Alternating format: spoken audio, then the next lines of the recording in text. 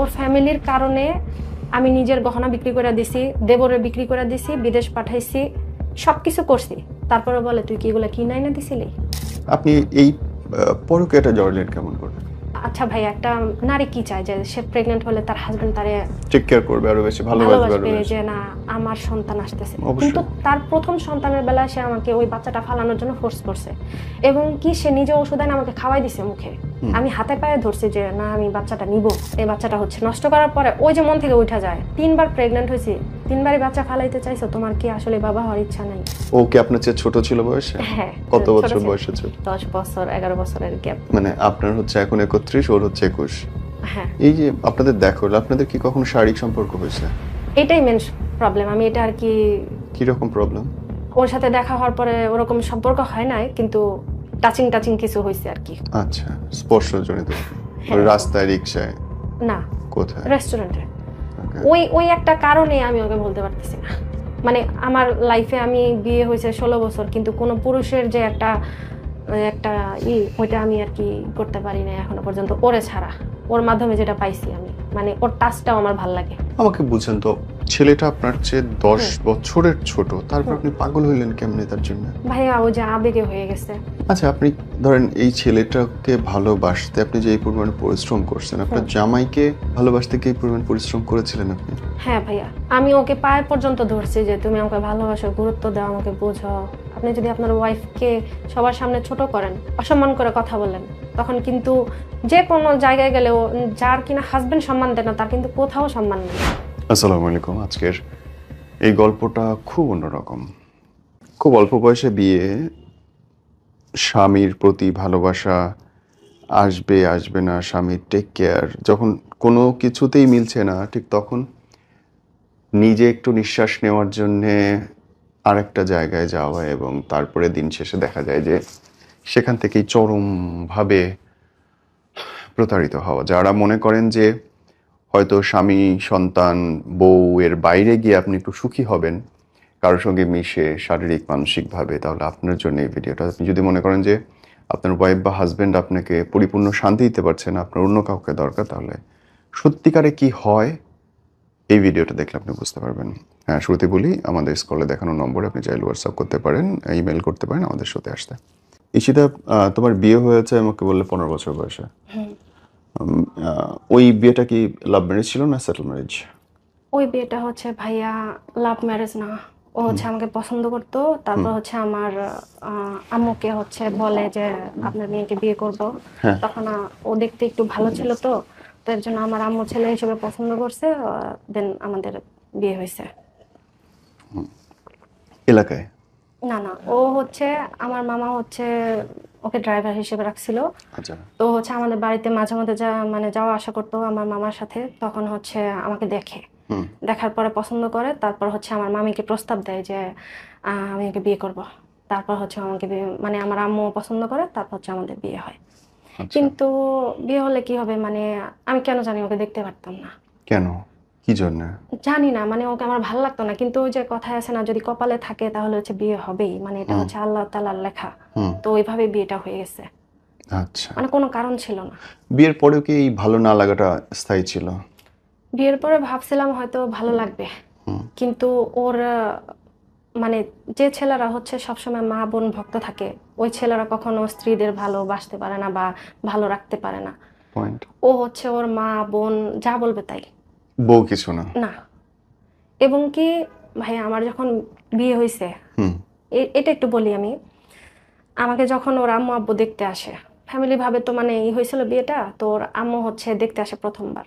দেখতে এসে আমাকে মোটামুটি পছন্দ করে, কিন্তু ওদের কথা ছিল যে আমাদের ছেলেকে যদি এখানে বিয়ে করে, যেহেতু ও ছিল আমার মামার ড্রাইভার আর আমরা ছিলাম মালিক, মানে আমার মামা ছিল মালিক, তো ওরা ভাবতো যে মানে ওদের কাছে অনেক টাকা। কিন্তু এর একটা পেছনের কাহিনী হচ্ছে, আমার যখন 3 বছর বয়স, তখন হচ্ছে আমার আব্বুর সাথে আমার আম্মুর ডিভোর্স হয়। আমার আব্বু পরকীয়াতে জড়ায় হচ্ছে আমার আম্মুকে ডিভোর্স দেয়। ওইখান থেকে আমাদের জীবনের যুদ্ধ শুরু, সংগ্রাম শুরু। তো এই হিসেবে যার বাবা নাই তার তো কিছুই নাই। তো ওর ফ্যামিলি ভাবতো যে মামা যেহেতু বড় লোক, আমরা ডিমান্ড করলে হয়তো পাবো। তো ওই সময় 2009 সালে ভাইয়া 5 লাখ টাকা, 1 ট্রাক ফার্নিচার দাবি করছিল। অনেক কিছু, অনেক কিছু, হ্যাঁ। তো আমার ফ্যামিলি থেকে বলছিল যে ছেলে যদি আমাদের মেয়েকে এমনি নেয় তাহলে দিব, না হলে দিব না। আমাদের ফ্যামিলি থেকে বলা হয়েছিল।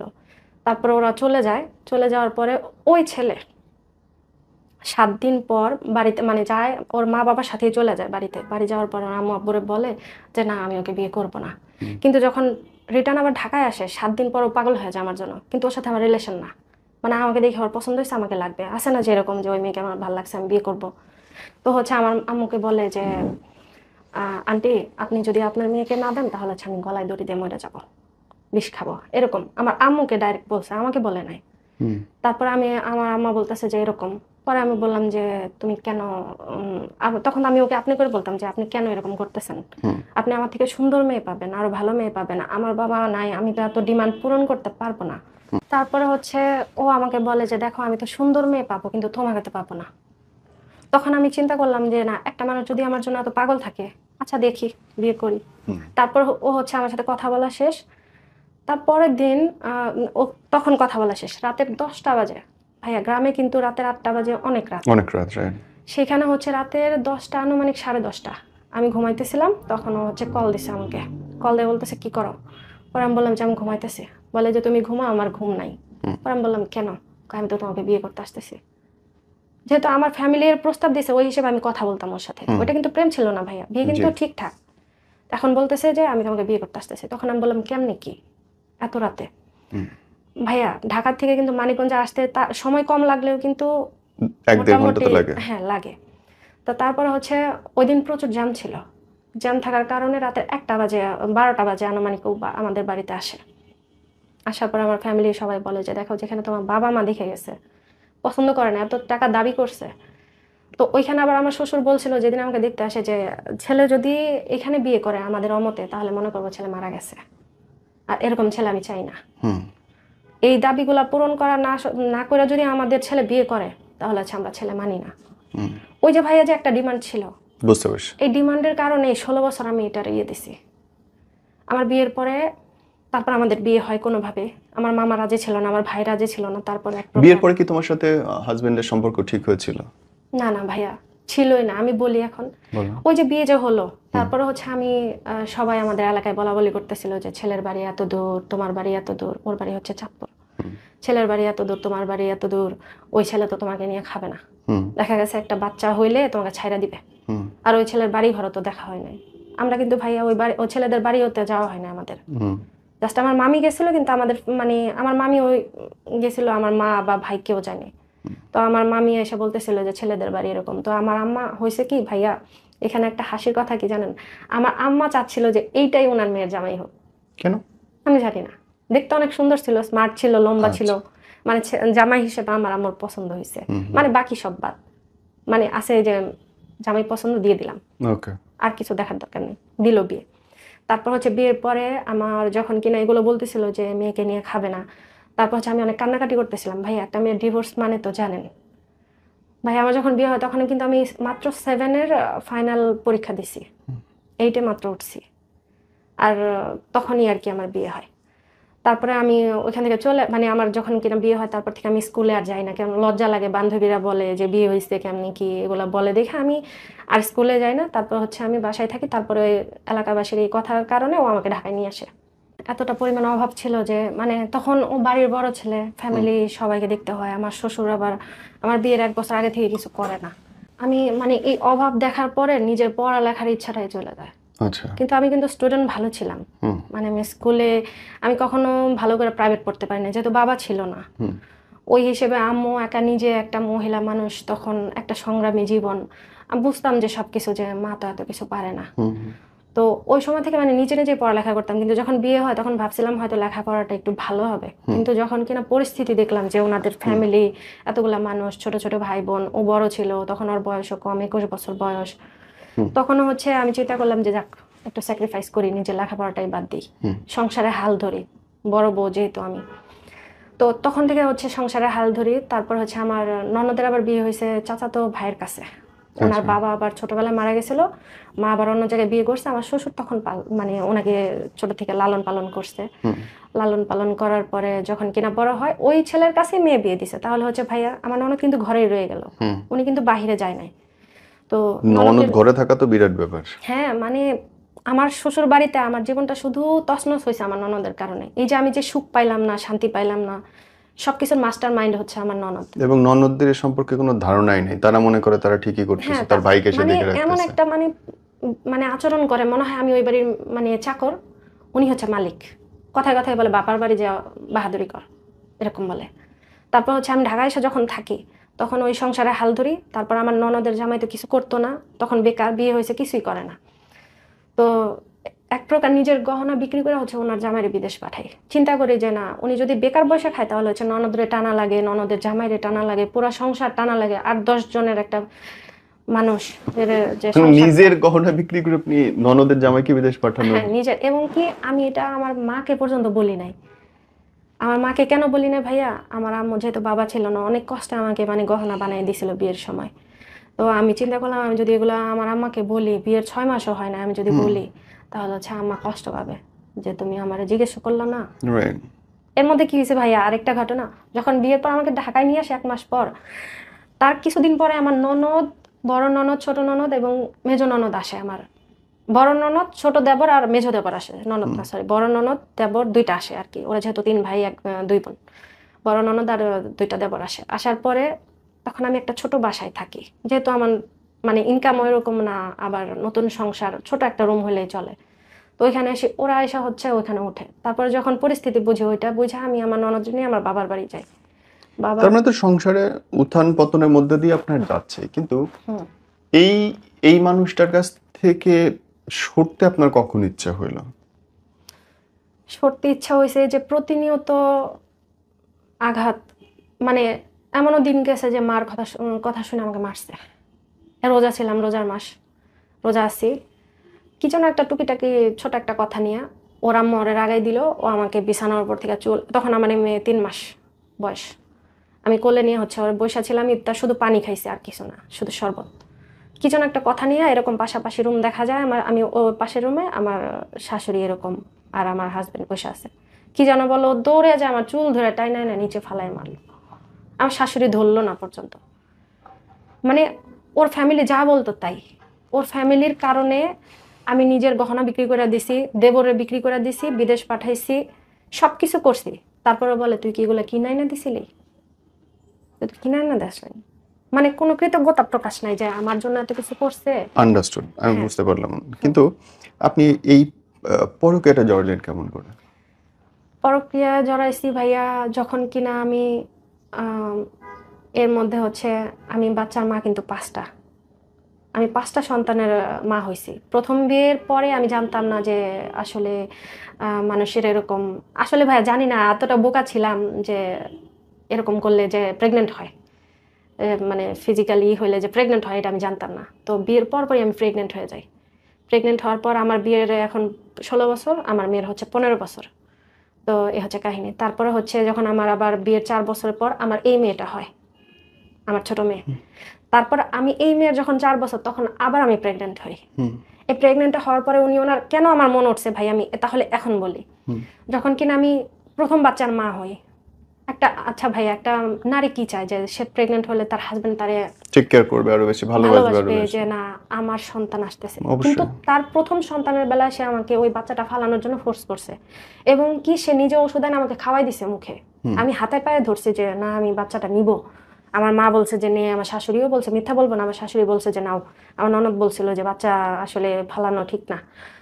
তারপর হচ্ছে ওই যে প্রথমবার একটা ধাক্কা খাইলাম, তারপর এইটা হয়েছে পরে আমার ডিভোর্স দিতে চাইছে। এটা পেটে আসছে পরে, আমার ছোট মেয়ে পেটে আসছে পরে আমাকে ডিভোর্স দিতে চাইছে যে তুমি যদি এই বাচ্চা নাও তাহলে আমি তোমাকে রাখবো না। এবং কি ডিভোর্স পেপার রেডি করছে। রেডি করার পরে তারপরে আমি এক প্রকার বলছি তুমি যদি আমাকে ছাইরাও যাও আমি এই মেয়ে দুনিয়াতে আনবো। তারপর হচ্ছে এক প্রকার যুদ্ধ করে এই মেয়েটার দুনিয়াতে আনছি। এই মেয়ের দুনিয়াতে আনার পরে ভাইয়া, বড় মেয়ে হয়েছে পরে 14 দিন আমার মেয়ের দিকে তাকায় নাই। এই মেয়ে হয়েছে বড় 14-15 দিন আমার মেয়ের দিকে তাকায় নাই। তারপর আমার বড় মেয়ে যখন এটা হয়েছে, ছোটটা, তখন বলতেছিল আব্বু তুমি আমার বোনকে দেখো না কেন। তখন ওই 4 বছরে আমার বড় মেয়ে কোলে নিয়ে হচ্ছে পিচ্চিটারে নিতে পারে না, ওর বাবার কোলে দিছে যে বাবা ধরো আমার বোনরে নাও। ওই যে নিল কোলে। এই যে তারপর থেকে এরকম। তারপর যখন তৃতীয়বার প্রেগনেন্ট হই ভাইয়া, কিভাবে হয়েছে আমি নিজেও জানি, মানে বারবার ভুল হয়েছে। তারপর হচ্ছে তৃতীয় নাম্বারটা হচ্ছে আমাকে বলে যে দেখো আমার ফ্যামিলির আমার চালাইতে হয়, আমার সংসার চালাইতে হয়, আমি ভাই বোন দেখতে পারি না, টাকা পয়সার সংকট, তুমি যদি আবার প্রেগনেন্ট হও তাহলে হচ্ছে এই বাচ্চা আমি কেমনে কি করব, তুমি এই বাচ্চা ফালাই দাও। তারপর হচ্ছে এই ভাইয়া আমার এই বাচ্চাটা ও নষ্ট করে। ওকে। এই বাচ্চাটা হচ্ছে নষ্ট করার পরে ওই যে মন থেকে উঠা যায় যে 3বার প্রেগনেন্ট হয়েছি, 3বারই বাচ্চা ফালাইতে চাইছো, তোমার কি আসলে বাবা হওয়ার ইচ্ছা নাই? বা তোমার কি নিজের ইচ্ছা হয় না যে ভাই বোন, আচ্ছা ভাই ভাই বোন তো আর সারা জীবন পাশে থাকে না, সন্তান আর ওয়াইফ যেরকম থাকে বাবা মাও কিন্তু একটা সময় থাকে না, তারা কিন্তু একটা সময় ওই যে ছেলের বেশি ইনকাম ওই দিকেই কিন্তু করে। আর আমার শ্বশুর শাশুড়ি একটু যে ছেলের একটু ইনকাম বেশি তার দিকে একটু ঝোঁকে বেশি। সবাই এটা হ্যাঁ বড় কিছু না। হ্যাঁ। তো আমি ওকে বললাম যে দেখো তোমার নিজের, আমি তো নিয়ে আসি না এগুলা, তোমার তো নিজের সন্তান। ওই যে তৃতীয় বাচ্চাটা ফালাইলো তখন থেকে হচ্ছে আস্তে আস্তে আমার মন উঠে গেল। এবং আপনি তখন চিন্তা করলেন যে এই লোকটার সঙ্গে কিভাবে থাকি, কিভাবে মুক্তি পাওয়া যায়। হ্যাঁ। তারপরে এই যার সাথে আপনার এখন পরকীয় সম্পর্ক, হ্যাঁ তার সঙ্গে জড়লেন কেমন করে? তারপরে হচ্ছে ভাইয়া ওটা ফালাই দিছে, পরে ভুলবশত তৃতীয়বার তো গেল, চতুর্থবার আবার প্রেগনেন্ট হয়ে গেছি। কন্ট্রোল কার নাই আসলে। হ্যাঁ, চতুর্থবার যখন প্রেগনেন্ট হয়েছি ভাইয়া তখন কি হয়েছে জানেন? চতুর্থবার প্রেগনেন্ট হওয়ার পরে বাচ্চা টুইন পেটে ছিল। হ্যাঁ, টুইন বাচ্চা যখন পেটে ছিল তখন হচ্ছে ও মানে ও একটু রাজি ছিল, মোটামুটি রাজি ছিল। রাজি থাকার পর হঠাৎ করে আমি অনেক প্রচুর অসুস্থতা বোধ করি। মোটামুটি এই ছোট মেয়ে হওয়ার পর থেকে মানে আমার এত একটা অবস্থা ছিল, খারাপ অবস্থা। এই মেয়ে যখন নর্মাল ডেলিভারি হয় তখন আমার অবস্থা খুবই খারাপ ছিল। ওই সময় বাসায় ডেলিভারি তো মানে হসপিটালে যাই নাই, যে হাজব্যান্ডের ইনকাম কম ছিল, এমনও দিন গেছে ভাইয়া এই মেয়ে পেটে থাকার পরে আমি এমনও দিন গেছে যে সারাদিন না খাওয়া ছিলাম, এতটাই অভাব ছিল। অভাবে থাকার কারণে, না খাওয়ার কারণে বাচ্চাটা এত বড় হয়ে গেছে। যখন ডেলিভারি হয়েছে তখন আমি মানে প্রচুর অসুস্থ ছিলাম।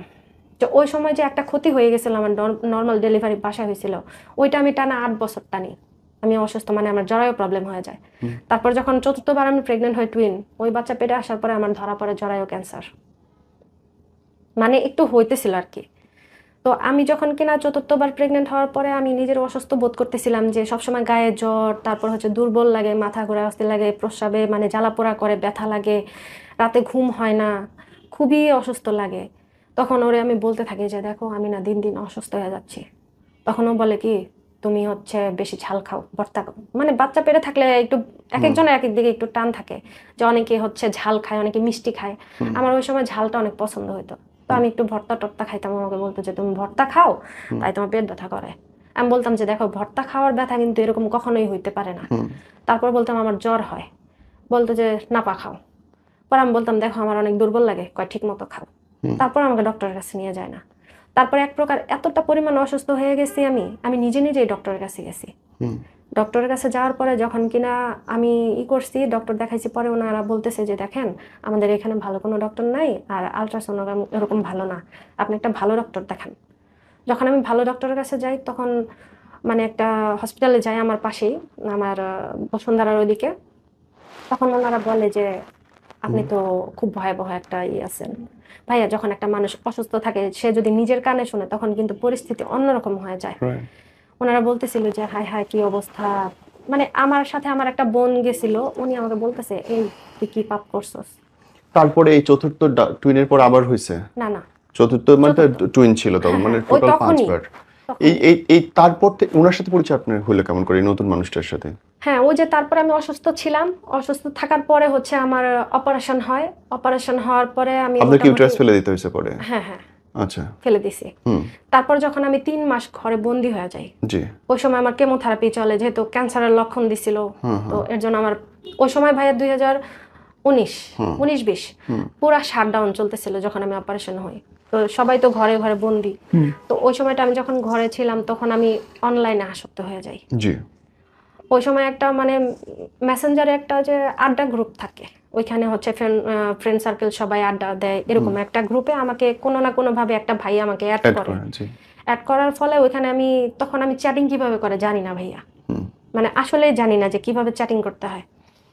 তারপরে হচ্ছে আমি ওই 2-1 দিন দেখার পরে যখন কিনা আমার নাম ধরে মেনশন দিয়ে ডাক দিয়েছে ঈশিতা আপু কি করো, তখন আমি ভাবলাম যে একটা রিপ্লাই দিই। তখন আমি অনেক কষ্টে টাইপিং করি, হয়তো বললে কেউ বিশ্বাস করবে না যে এই জামানায় কি এরকম আসলেও আদত আছে। তারপর হচ্ছে আমি রিপ্লাই দিই, তখন আমার একটু সাহস হয় যে না আমি তো আসলে পারি। তখন হচ্ছে আমি ওই গ্রুপটাতে মানে একটু নিজের আর কি ভালো ফিল করতে থাকি যে না আসলে সারাদিন হাজবেন্ডের সাথে ঝগড়া। আর ভাইয়া আমার সংসারে বিয়ে হয়েছে পরে কোনোদিন ঝগড়া ছাড়া আমরা থাকি নাই, এবং কি এখনো যে এই যে আসলাম ঝগড়া করেই আসতে হয়। মানে সব সময় ঝগড়া লাগিয়েই থাকে, মানে এটা হইলো কেন ওটা হইলো কেন এরকম টুকিটাকি সব জিনিস না ঝগড়া। একটা সংসারে সারাদিন ঝগড়া হইলে কিন্তু মন মন এমনিতেই টেকার ভালো কথা থাকে না। না। হ্যাঁ, তারপর হচ্ছে ওইখানে যখন আড্ডা দিই আমার খুব ভালো লাগে। ওইখান থেকে হচ্ছে তারপরে একটা ওই ছেলের সাথে যার সাথে আমার রিলেশন, ওইখান থেকে হচ্ছে একটা গ্রুপে ওর সাথে আমার পরিচয় হয়। এবং আপনার যার সঙ্গে রিলেশন সে তো আপনার যে ধর্মীয় দৃষ্টিকোণ থেকে আলাদা। হুম। আপনি মুসলিম, সে হিন্দু। হ্যাঁ। ওকে, শুরুটা কেমন করে হলো? শুরুটা হচ্ছে আমি যখন কিনা যে গ্রুপে ওর সাথে আমার পরিচয় হয়, ওই গ্রুপে আসলে সবাই ছোট ছোট ছিল। মানে সবারই মোটামুটি 18, 19, 16, 15 এরকম বয়সের ছিল, 21, 22, 23 উপরে না।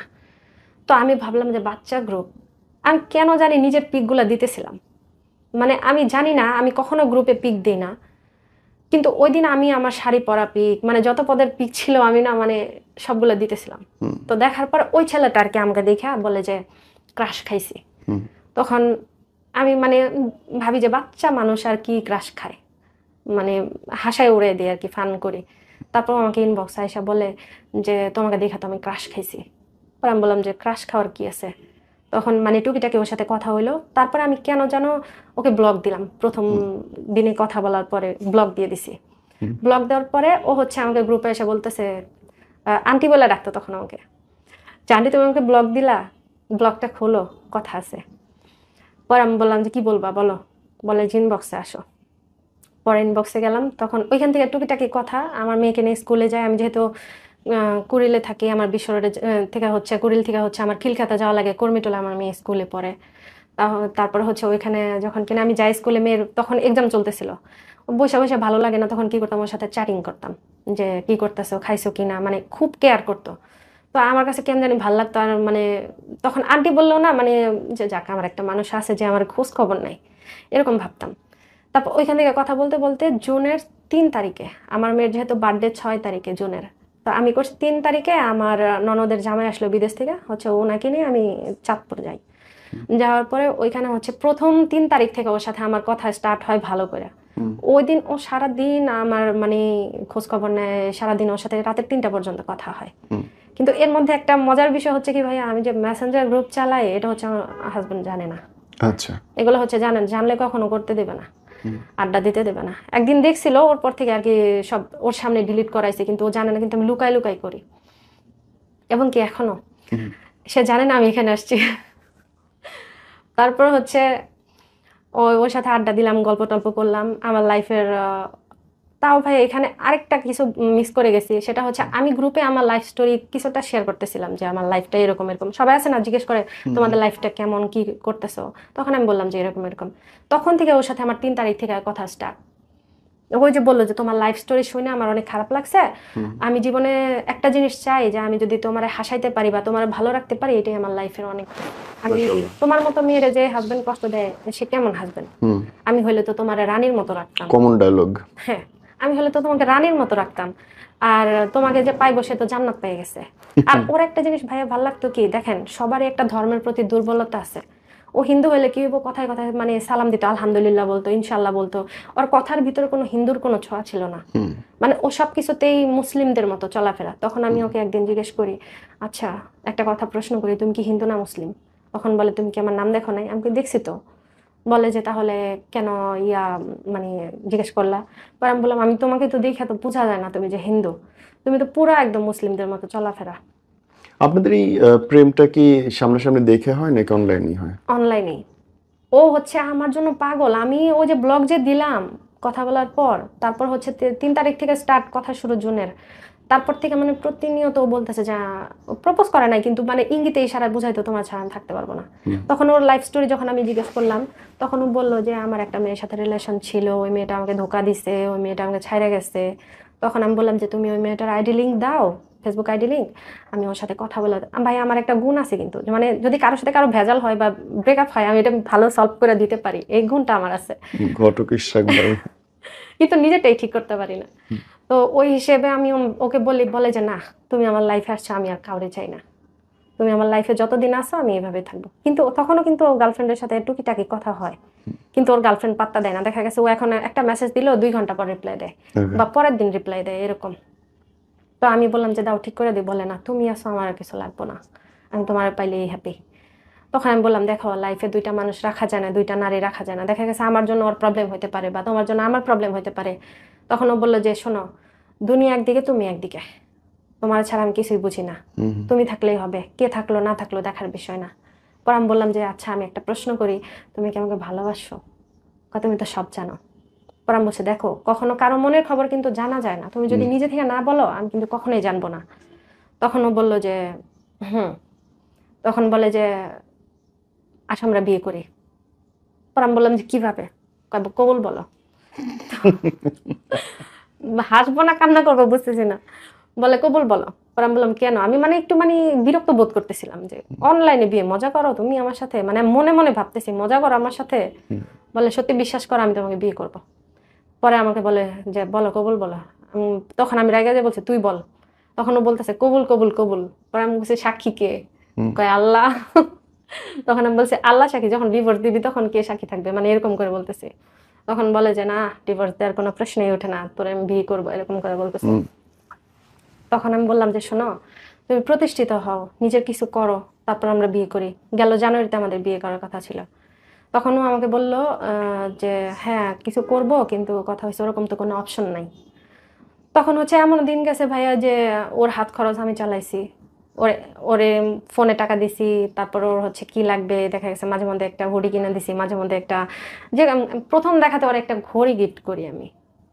প্রথমবার যখন ওর সাথে আমার দেখা হয়, ও আমাকে দেখে বলে যে আমি ভাবছিলাম হয়তো তোমার যে বয়স, হয়তো দেখে ভাবছিলাম যে হয়তো তুমি মানে একটু বয়স্ক বয়স্ক দেখা যাবে। কিন্তু তখন ভাই আর একটু ছিলাম, তখন টেনশন ছিল না, ওর সাথে একটু প্রেমে পড়লে তো মানুষ এমনি সুন্দর হয়ে যায়। ইহা সঠিক, প্রেমে বললে মানুষ হ্যাঁ, সুন্দর হয়। তখন ও আমাকে দেখে বলতেছে তোমার তো আমি দেখি ক্রাশ খাইছি, আসলেই বাস্তব ক্রাশ খাইছি।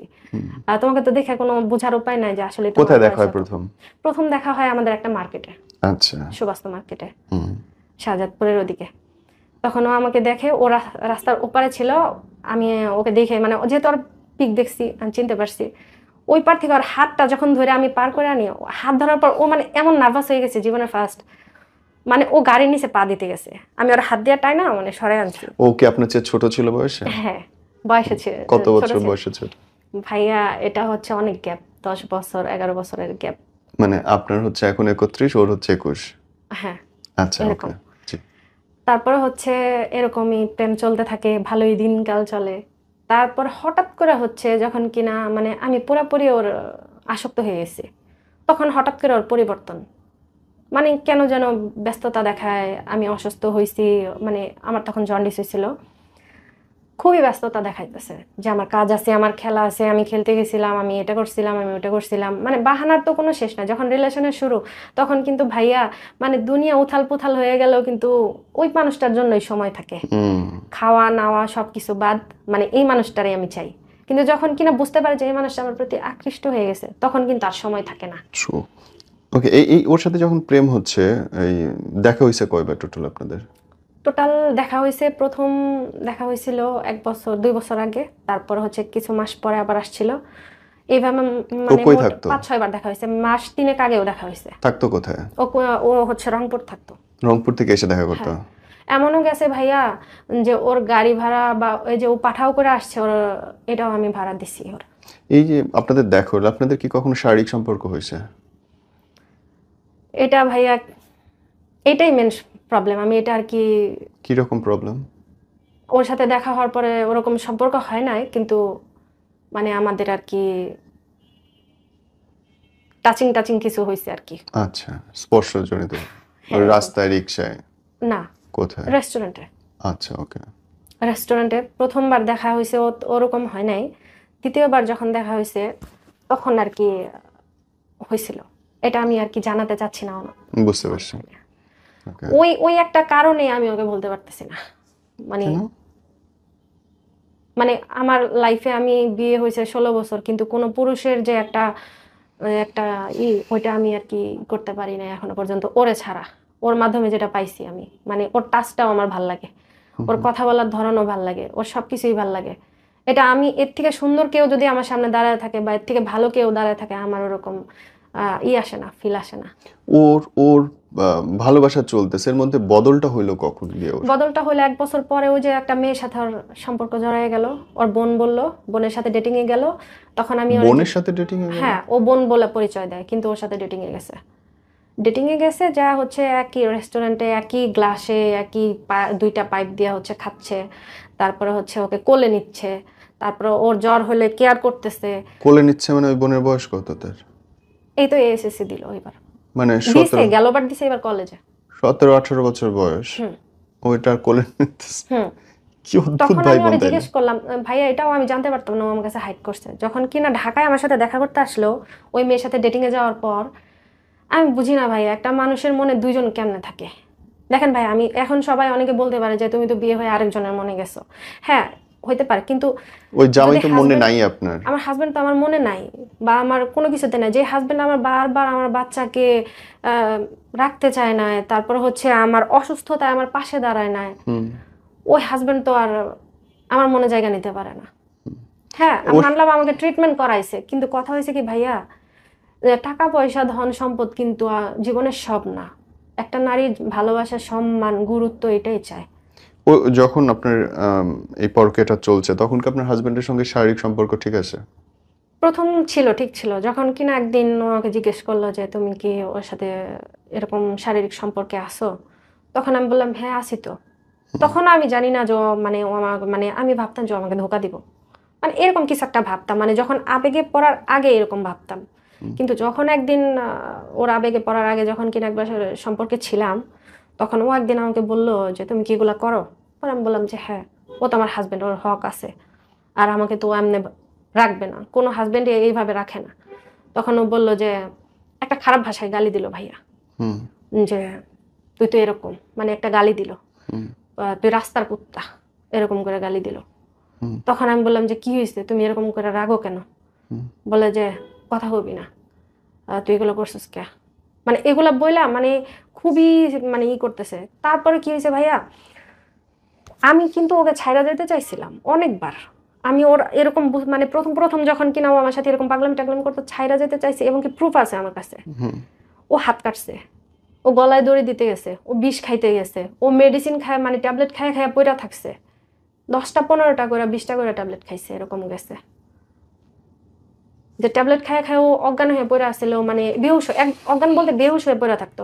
আমাকে বুঝেন তো, ছেলেটা আপনার চেয়ে 10 বছরের ছোট, তারপর আপনি পাগল হইলেন কেমনে তার জন্য? ভাইয়া ও যে আবেগে হয়ে গেছে, মানে দেখেন এখানে যদি প্রশ্ন করেন তাহলে হচ্ছে এরকম অনেক অনেক মানুষ আছে যারা বয়সে অনেক ছোটদের বিয়ে করে, ওদের মধ্যে ভালোবাসাটাই বড় কথা, বয়স কিন্তু বড় কথা না। আমি বয়স দেখে বিয়ে মানে পছন্দ করি নাই, বা ওর ধর্ম দেখেও করি নাই। আমি ওর ধর্মের সম্মান দিই, ও হিন্দু হোক, মুসলিম হোক, বৌদ্ধ হোক, খ্রিস্টান হোক, ও মানুষ, এটা আমার কাছে বড় কথা। প্রথমত সে হিন্দু, আপনি মুসলিম, আপনি 31, ওর বয়স 21, আপনি বাচ্চার মা, 2টা 5বার প্রেগন্যান্ট হয়েছেন, সে এখনো ভার্জিন ছেলে। আপনার মনে হলো না যে এগুলো সবগুলো একটা বড় বড় অবস্ট্রাকল, বাধা? ভাইয়া তখন আমার, এবং কি দেখেন আমার মেয়েরা কিন্তু এগুলো জানে, আমি কিন্তু এটা হাইড করি নাই। কারণ দেখা গেছে যদি আজকে আমি এটা হাইড করে যদি ওর সাথে পালাই যেতাম, আমার মেয়েরা হঠাৎ করে শুনলে কষ্ট পাইতো। এবং কি আমার বড় মেয়ে জানে আমি কিসের ভিতর দিয়ে যাচ্ছি। আপনার বড় মেয়ের বয়স কত? আমার বড় মেয়ের বয়স 15। আপনার বড় মেয়ের বয়স 15, ওর বয়স 21, মানে আপনার বড় মেয়ের চেয়ে ও 6 বছরের হ্যাঁ, বড়। আমার মেয়ে আমাকে অনেকবার বলছে যে দেখো আম্মু, দুনিয়াতে এত এত মেয়ে থাকতে তোমাকে ভালোবাসে, তুমি কি বোঝো না এটা ফেক। তখন ভাই আবেগে পড়লে কোনো কিছু আর, তখন অন্ধ থাকে মানুষ, ভালোবাসলে অন্ধ হয়ে যায়। তখন আমি অন্ধ ছিলাম। আমার মেয়েরা বলতো যে আম্মু তুমি দেখো ও কিন্তু তোমাকে ভালোবাসবে না, ছাইরা দিবে, তো ও আলাদা না, ও সবার মতো। তখন আমি বলতাম আম্মু দেখো সবাই যদি এক হয় তাহলে দুনিয়া তো চলতো না। আর সত্যি কথা বলতে ও আমার সবটা যায়নি, কিন্তু আমার, এবং কি আমার মেয়ের সাথে কথা বলছে পর্যন্ত, সবটা যায়নি আমাকে কি করছে, আমার সাথে মানে আপনার মেয়েটা সহ বিয়ে করতে চাইতো? হ্যাঁ, ও বলতো এটা খাওয়াবে কি? ও বলতো যে আমি কিছু একটা করব, আমি যেটাই করি আমি কিছু একটা করব। কি করবে? 21 তখন বছর আমি ওর বয়স। বলছিলাম যে দেখো আমার মেয়ে ছাড়া, মেয়েকে ছাড়া আমি যাইতে পারবো না। তখন ও বলছিল যে তোমার মেয়ে আমার মেয়ে কি আলাদা, এবং এরকম করে এই বলতো। কথাগুলো শুনে আপনার বিশ্বাস হচ্ছে তখন? ভাইয়া অন্ধ হয়ে গেছিলাম। মানে এতটা পরিমাণে ও আমাকে ইমোশনাল ব্ল্যাকমেল করছে। আমি যদি আপনাকে দেখাই ও কি কি করছে, ফোনে আছে, যদি আমি মানে আপনাকে ও দেখাই। যা ইচ্ছা করুক, হ্যাঁ, কিন্তু এতটা। ও যত পাগলামি করুক, যত মিথ্যা কথা বলুক, যত নাটক করুক, আপনি দেখতেছেন আপনার মেয়ের বয়সে প্রায় একটা ছেলে, সে আপনার মেয়ের দায়িত্ব নেবে, দুইটা মেয়ের দায়িত্ব নেবে, আপনাকে দায়িত্ব নেবে, বিয়ে করবে, সংসার না, করবে, এগুলো দুইটা মেয়ে নিবে না। আমি বলছিলাম যে আমি একাই আসবো। পরে বলছিলাম যে তুমি এত নিতে পারবে না দায়িত্ব, আমি একাই আসবো। ও বলছিল না, ওকে নিয়ে আসো। ও নিজে বলছে যে এগুলো আম্মা। এগুলো আপনার তখন বিশ্বাসযোগ্য হ্যাঁ, লাগতেছে বিশ্বাস সব। হয়ে গেছে। মানে অন্ধ হয়ে গেছিলাম, বুঝতে পারি নাই যে আসলে যে ভালোবাসা অন্ধ, বয়স মানে না, ধর্ম মানে না, জাতি মানে না, কোনো কিছু মানে না। যখন কিনা একটা মানুষ ভুল পথে যায় ভাইয়া, তখন কিন্তু সঠিকটাও ভুল মনে হয়। এবং কি ওর জন্য আমি কি সহ্য করছি যদি আপনাকে বলি, তাহলে শুনেন। বলেন। আমি যখন কিনা ওর প্রতি এতটা আসক্ত হয়ে গেছি, আমি আমার মামি অসুস্থ ছিল, আমি ওনাদের বাসায় যাইতাম। তো ওইখানে দেখা গেছে অনেক মানুষ, একটা অসুস্থ বাসায় তো মোটামুটি অনেক মানুষ। ওইখানে যদি ওকে সময় দিতে না পারতাম, ও আমার সাথে রাগারাগি করতো, চিল্লাচিল্লি করতো। আবার ওর সাথে সময় দিতে গেলে আমার ফ্যামিলিরা বলতো যে তুই বিবাহিত, তোর হাতে সারাদিন কেন ফোন থাকে, চ্যাটিং করতে থাকিস সারাদিন। তারপর আমাদের বাড়িতে গেলে 24 ঘন্টা খাওয়া দাওয়া সব অফ, ওর সাথে থাকা লাগে। মাঝে মধ্যে ভিডিও কলে না আসলেও আমার সাথে রাগ করে, ভিডিও কলে আসো, এক নজর দেখবো, এরকম সেরকম। মানে সবসময় ফোর্স করতে থাকতো। তো একদিন আম্মা যায় না যায়, তারপর ও কি করছে, আমার আম্মার নাম্বার নিয়ে আমার আমাকে কল দিছিল একদিন যে আপনার মেয়েকে বিয়ে করবো। ওরা, আমার আম্মু বলে যে আমি নাতিন বিয়ে দিব, আমি কি এখন মেয়ে বিয়ে দিব, তুমি আমার মেয়েকে বিয়ে করবা। তখন আমি তো জানি না যে ও কল দিছে। পরে আম্মা বলতেছে যে তোরে কে যেন বিয়ে করতে চায়। পরে আমি বললাম কে, রং নাম্বার মনে হয়। পরে ও আমাকে বলতেছে, আমি কই কি কে যেন কল দিয়ে আমাকে বিয়ে করতে চায়, ওইটা আমি ছিলাম। পরে আমি বলি যে আমাকে কল দিছে ওটা। তারপরে এগুলা জানার পরে ভাইয়া এমনও গেছে, আমার আম্মা সব কিছু জানে গেছে। জানার পরে আমার আম্মা বলতেছিল তুই যদি ওই হিন্দু ছেলের সাথে সম্পর্কে থাকিস তাহলে হচ্ছে আমি মরে যাবো, আমি বিষ খাবো। আমার জীবনে আমার স্বামী ছিল না, আমি অল্প বয়সে ডিভোর্স হয়েছে। আমার আম্মুর অল্প বয়সে ডিভোর্স হয়েছে, মোটামুটি আমার আম্মুর যখন 20-21 বছর বয়স তখন ডিভোর্স হয়েছে। তো আম্মু বলছে যে যে তোর আব্বু ছিল না, আমি কষ্ট করে খাইছি, তোদের মানুষ করছি, কিন্তু কখনো আমি কোনো পুরুষের আমি কলঙ্ক গায়ে নিই নি। সেখানে তুই বিবাহিত হয়েছিস, হ্যাঁ তোর সংসার জীবনে সুখী নাই, আমরা জানি তুই সুখী নাই, তোর হাজবেন্ড কেমন, তোরা হাজবেন্ড তোরে মূল্য দেয় না, দাম দেয় না, কোনো কিছুতে করে না। জানি একটা মেয়ের হাজবেন্ড ভালো না থাকলে সে অন্যদিকে যাইতেই পারে, কিন্তু তুই এমন একজনের কাছে যাইতেছো যেটা আমার মান সম্মান সবকিছু শেষ করে, তুই যদি ওর সাথে যাস। মানে কান্না করে করে বলতেছিল। অ্যাজ ইট ইজ তো আপনার পরকীয়া বয়ফ্রেন্ডের মাও তো একই কথা বলছে যে যদি এই মেয়েরে বিয়ে করিস তাহলে হ্যাঁ, আমার ভাইয়া বলতেছিল তুই কি ওরে ভালোবাসিস। পরে আমি চুপ করেছিলাম, কারণ আমি তো ভালোবাসি। আম্মা বলতেছিল, ভাইয়া বলতেছিল, তখন আমি চুপ করেছিলাম। আম্মা বলছিল তুই যদি ওর সাথে করস তাহলে হচ্ছে আমি বিষ খাবো। কিন্তু ভাইয়া আমি তো মার কথা চিন্তা করি নাই। আমি তো চিন্তা করি না যে আমার মা বিষ খাবে বা কি। আমি চিন্তা করছি যে আমার মা আমার লাইফটা একবার নষ্ট করছে বিয়ে দিয়ে, অল্প বয়সে। যদি আমি তখন বিয়ে না হইতো, হয়তো আরেকটু ম্যাচিউর হইতাম, হয়তো বুঝতাম এখন সবকিছুর আপনার বিয়ে সমস্যা। করার বয়স, যখন হ্যাঁ, আপনার বাচ্চাটা বড় হয়ে গেছে। হ্যাঁ। তখন আমার আম্মু আমাকে, আমি বুঝতে পারি না, আমার আম্মু আমাকে বিয়ে দিছে। আমি তো আর প্রেম করে বিয়ে করি রাইট, নাই, বা আমার রাইট। গায়ে কোনো কলঙ্কের দাগও ছিল না এবং যে এই মেয়ে পড়ালেখাটাও একটা। করতে পারেন নাই ঠিক হ্যাঁ, মতো। হ্যাঁ, আমি একটা পরকীয়া করছি, বা আমি একটু ওই ছেলের সাথে ধরা পড়ছিলাম, বা কি একটা কিছুই তো হয়েছে, না। এরকম কিছুই ছিল না, কলঙ্কের কোনো দাগ ছিল না। তারপরে আম্মু বিয়ে দিছে, মানে আমাকে বিয়ে দিয়ে মানে আমার জীবনটা বরবাদ করে দিছে। এখন আমি চাচ্ছিলাম না যে আমার আম্মু আমার লাইফটা আবার বরবাদ করুক। এখন এই ছেলের লাশ সরে গেল কি বলে আপনার কাছ থেকে? সরে গেছে কিছুদিন আগে। ওর 15 তারিখে, এই গেল 15 তারিখে ওর একটা ইন্টারভিউ ছিল RFL কোম্পানিতে, ওর একটা জবের। আমি ওকে বলি জবটা করতে, ফ্রিল্যান্সিং এর টাকা দিই আমি ওকে, যে কিছু একটা করো, তুমি তো আমাকে বিয়ে করবা, খাওয়াই বাকি। তখন ও বলে যে হ্যাঁ করব, কিন্তু টাকা তো নাই, ফ্রিল্যান্সিং এর একটা অফার আসছে। তখন আমি ওকে বলি যে তুমি ফ্রিল্যান্সিং করো, আমি তোমাকে টাকা দিই। তখন ভাইয়া আমি গোপনে গোপনে অনেক কষ্ট করে, আমার হাজব্যান্ড যেহেতু আমাকে টাকা দেয় না, আমি অনেক সময় দেখা গেছে যে ওর জন্য চুরি পর্যন্ত করছি। আমার হাজব্যান্ডের মানিব্যাগ থেকে চুরি করে ওরা হচ্ছে টাকা পাঠাইতাম। বাপরে বাপ, হ্যাঁ, প্রেম। মানে আমি এত পরিমাণ চোর হয়ে গেছি ওর প্রেমে। মানে চোর বলতে, অন্ধ বলতে, দোষী বলতে, সব দিকে আমাকে দোষ দেওয়া যায়, যে আমি ওকে সুযোগ দিছি। এখন আমি যদি ওকে সুযোগ না দিতাম ও তো আসতে পারতো না। কিন্তু এখানে কথা হচ্ছে ভাইয়া, ও যদি চায় তাহলে হচ্ছে আমরা এক হইতে পারি, কিন্তু ওই এখন চাচ্ছে না। যখন কেন ফ্রিল্যান্সিং এর টাকা দিই, তখন ফ্রিল্যান্সিং করা বাদ দিতে, মানে ও খেলে, ও হচ্ছে এই কাজ করে, সেই কাজ করে, ওই কাজ করে। ও ফ্রিল্যান্সিং করেই না, ক্লাস পর্যন্ত করে না। নোটিফিকেশন আসে যে ক্লাসের, যে এখন জয়েন হোক, ও করে না। তখন আমি ওকে বলি তুমি কি ক্লাস করো না। লাস্ট ওর সাথে আমার কিভাবে ঝামেলাটা হয় সেটা হচ্ছে 15 তারিখে ও আমাকে বলে সকালবেলা, আগের দিন, হ্যাঁ না 14 তারিখে আমাকে বলে যে আমি তো 16 তারিখে ঢাকা আসতেছি, ইন্টারভিউ আছে 16 তারিখে, তো তুমি বাড়িতে মানে কাউরে জানানো, যেহেতু ওর ফ্যামিলির অনেকের সাথে আমার অ্যাড ছিল, মোটামুটি ওর ফ্যামিলিও জানতেছিল, আমার ফ্যামিলিও মানে মোটামুটি জানে আমাদের বিষয়টা। তখন ও বলতেছিল যদি কেউ কল দেয় তুমি বা মেসেজ দেয় বলবা যে ওর সাথে আমার কথা হয় না। ও সবসময় হাইড করতে চাইতো, কিন্তু আমি চাইতাম যে আমাদের বিষয়টা সবাই জানুক, যে না জানলে কেমনে ভালোবাসলাম, বিয়ে করলেও তো সবাই জানবে, তো রিলেশনে তো সবাই জানুক, তারপর হচ্ছে বিয়ের পরেও সবাই জানুক। আমি চাইতাম যে এটা পূর্ণতা পাক, কিন্তু ও চাইতো যে না, গোপনই ভালোবাসা, গোপন সুন্দর। কিন্তু ভাইয়া সব ক্ষেত্রে কিন্তু গোপন সুন্দর হয় না। আজকে দেখা গেছে রিলেশন করলাম গোপনে, তারপরে হচ্ছে সবকিছুই করলাম, বিয়েও করলাম, কিন্তু কেউ জানলো না, আমাকে ছাইড়া দিয়ে গেল, তার প্রমাণ কি থাকবে? আমি সবসময় চাইতাম যে প্রমাণ থাক, ও যে আমার সাথে আছে বা আমাকে বিয়ে করতে চাইতেছে, সবকিছু করতেছে। তুমি যে ওরে ভালোবাসো এর কোনো প্রমাণও চাইছে? হ্যাঁ চাইছে। তোমার ছবি ভিডিও, খোলামেলা ছবি ভিডিও নিছেও কখনো? না, ওরকম খোলামেলা কিছু চাই না, সবসময় বলতো যে তুই আমাকে ভালোবাসিস না, তুই আমাকে করাস না, প্রমাণ দে, তুই আমাকে বিয়ে কর। এর মধ্যে কি হয়েছে ভাইয়া, গেল মাসের আগের মাসে আমার বোনের বিয়ে হয়। তো ভাইয়া বিয়েতে কিন্তু স্বাভাবিক অনেক ঝামেলা থাকে, বাড়িতে অনেকেই থাকে। তখন হচ্ছে আমি ওই বিয়েতে যাই, ওই 3 দিন আমি ওকে একটু মোটামুটি সময় দিতে পারি না। সময় বলতে কি, মানে কথা হয়, দেখা গেছে 8-10টা মেসেজের পর আমি একটু 2-3 ঘন্টা আবার একটু বিজি, যেহেতু 2 দিন যাবত বিয়ে হয়েছে, গায়ে হলুদ প্লাস বিয়ে, আমি একটু বিজি ছিলাম।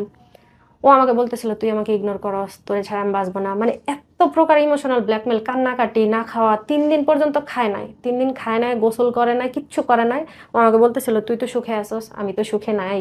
ও যে খাচ্ছে না, আপনার প্রমাণ কি? খাচ্ছে না, পিক পিক পাঠাচ্ছে, মানে সত্যি, মানে এমন একটা মানে অবস্থা, আমি মানে বুঝতে, তখন আমি ওকে বললাম যে দেখো আমি তো বিজি, আমি তার 2 দিন আগে বলে দিছে দেখো আমি বিয়েতে যাবো, একটু বিজি থাকবো, আমার বোনের বিয়ে।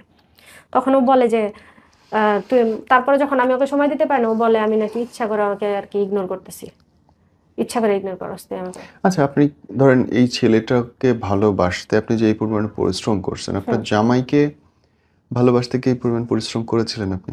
হ্যাঁ ভাইয়া, আমি ওকে পায়ে পর্যন্ত ধরছি যে তুমি আমাকে ভালোবাসো, গুরুত্ব দাও, আমাকে বোঝো, সবসময় আমার মানে ভাইয়া, আপনি যদি আপনার ওয়াইফকে সবার সামনে ছোট করেন, অসম্মান করে কথা বলেন, তখন কিন্তু যে কোনো জায়গায় গেলেও যার কিনা হাজবেন্ড সম্মান দেয় না, তার কিন্তু কোথাও সম্মান নাই।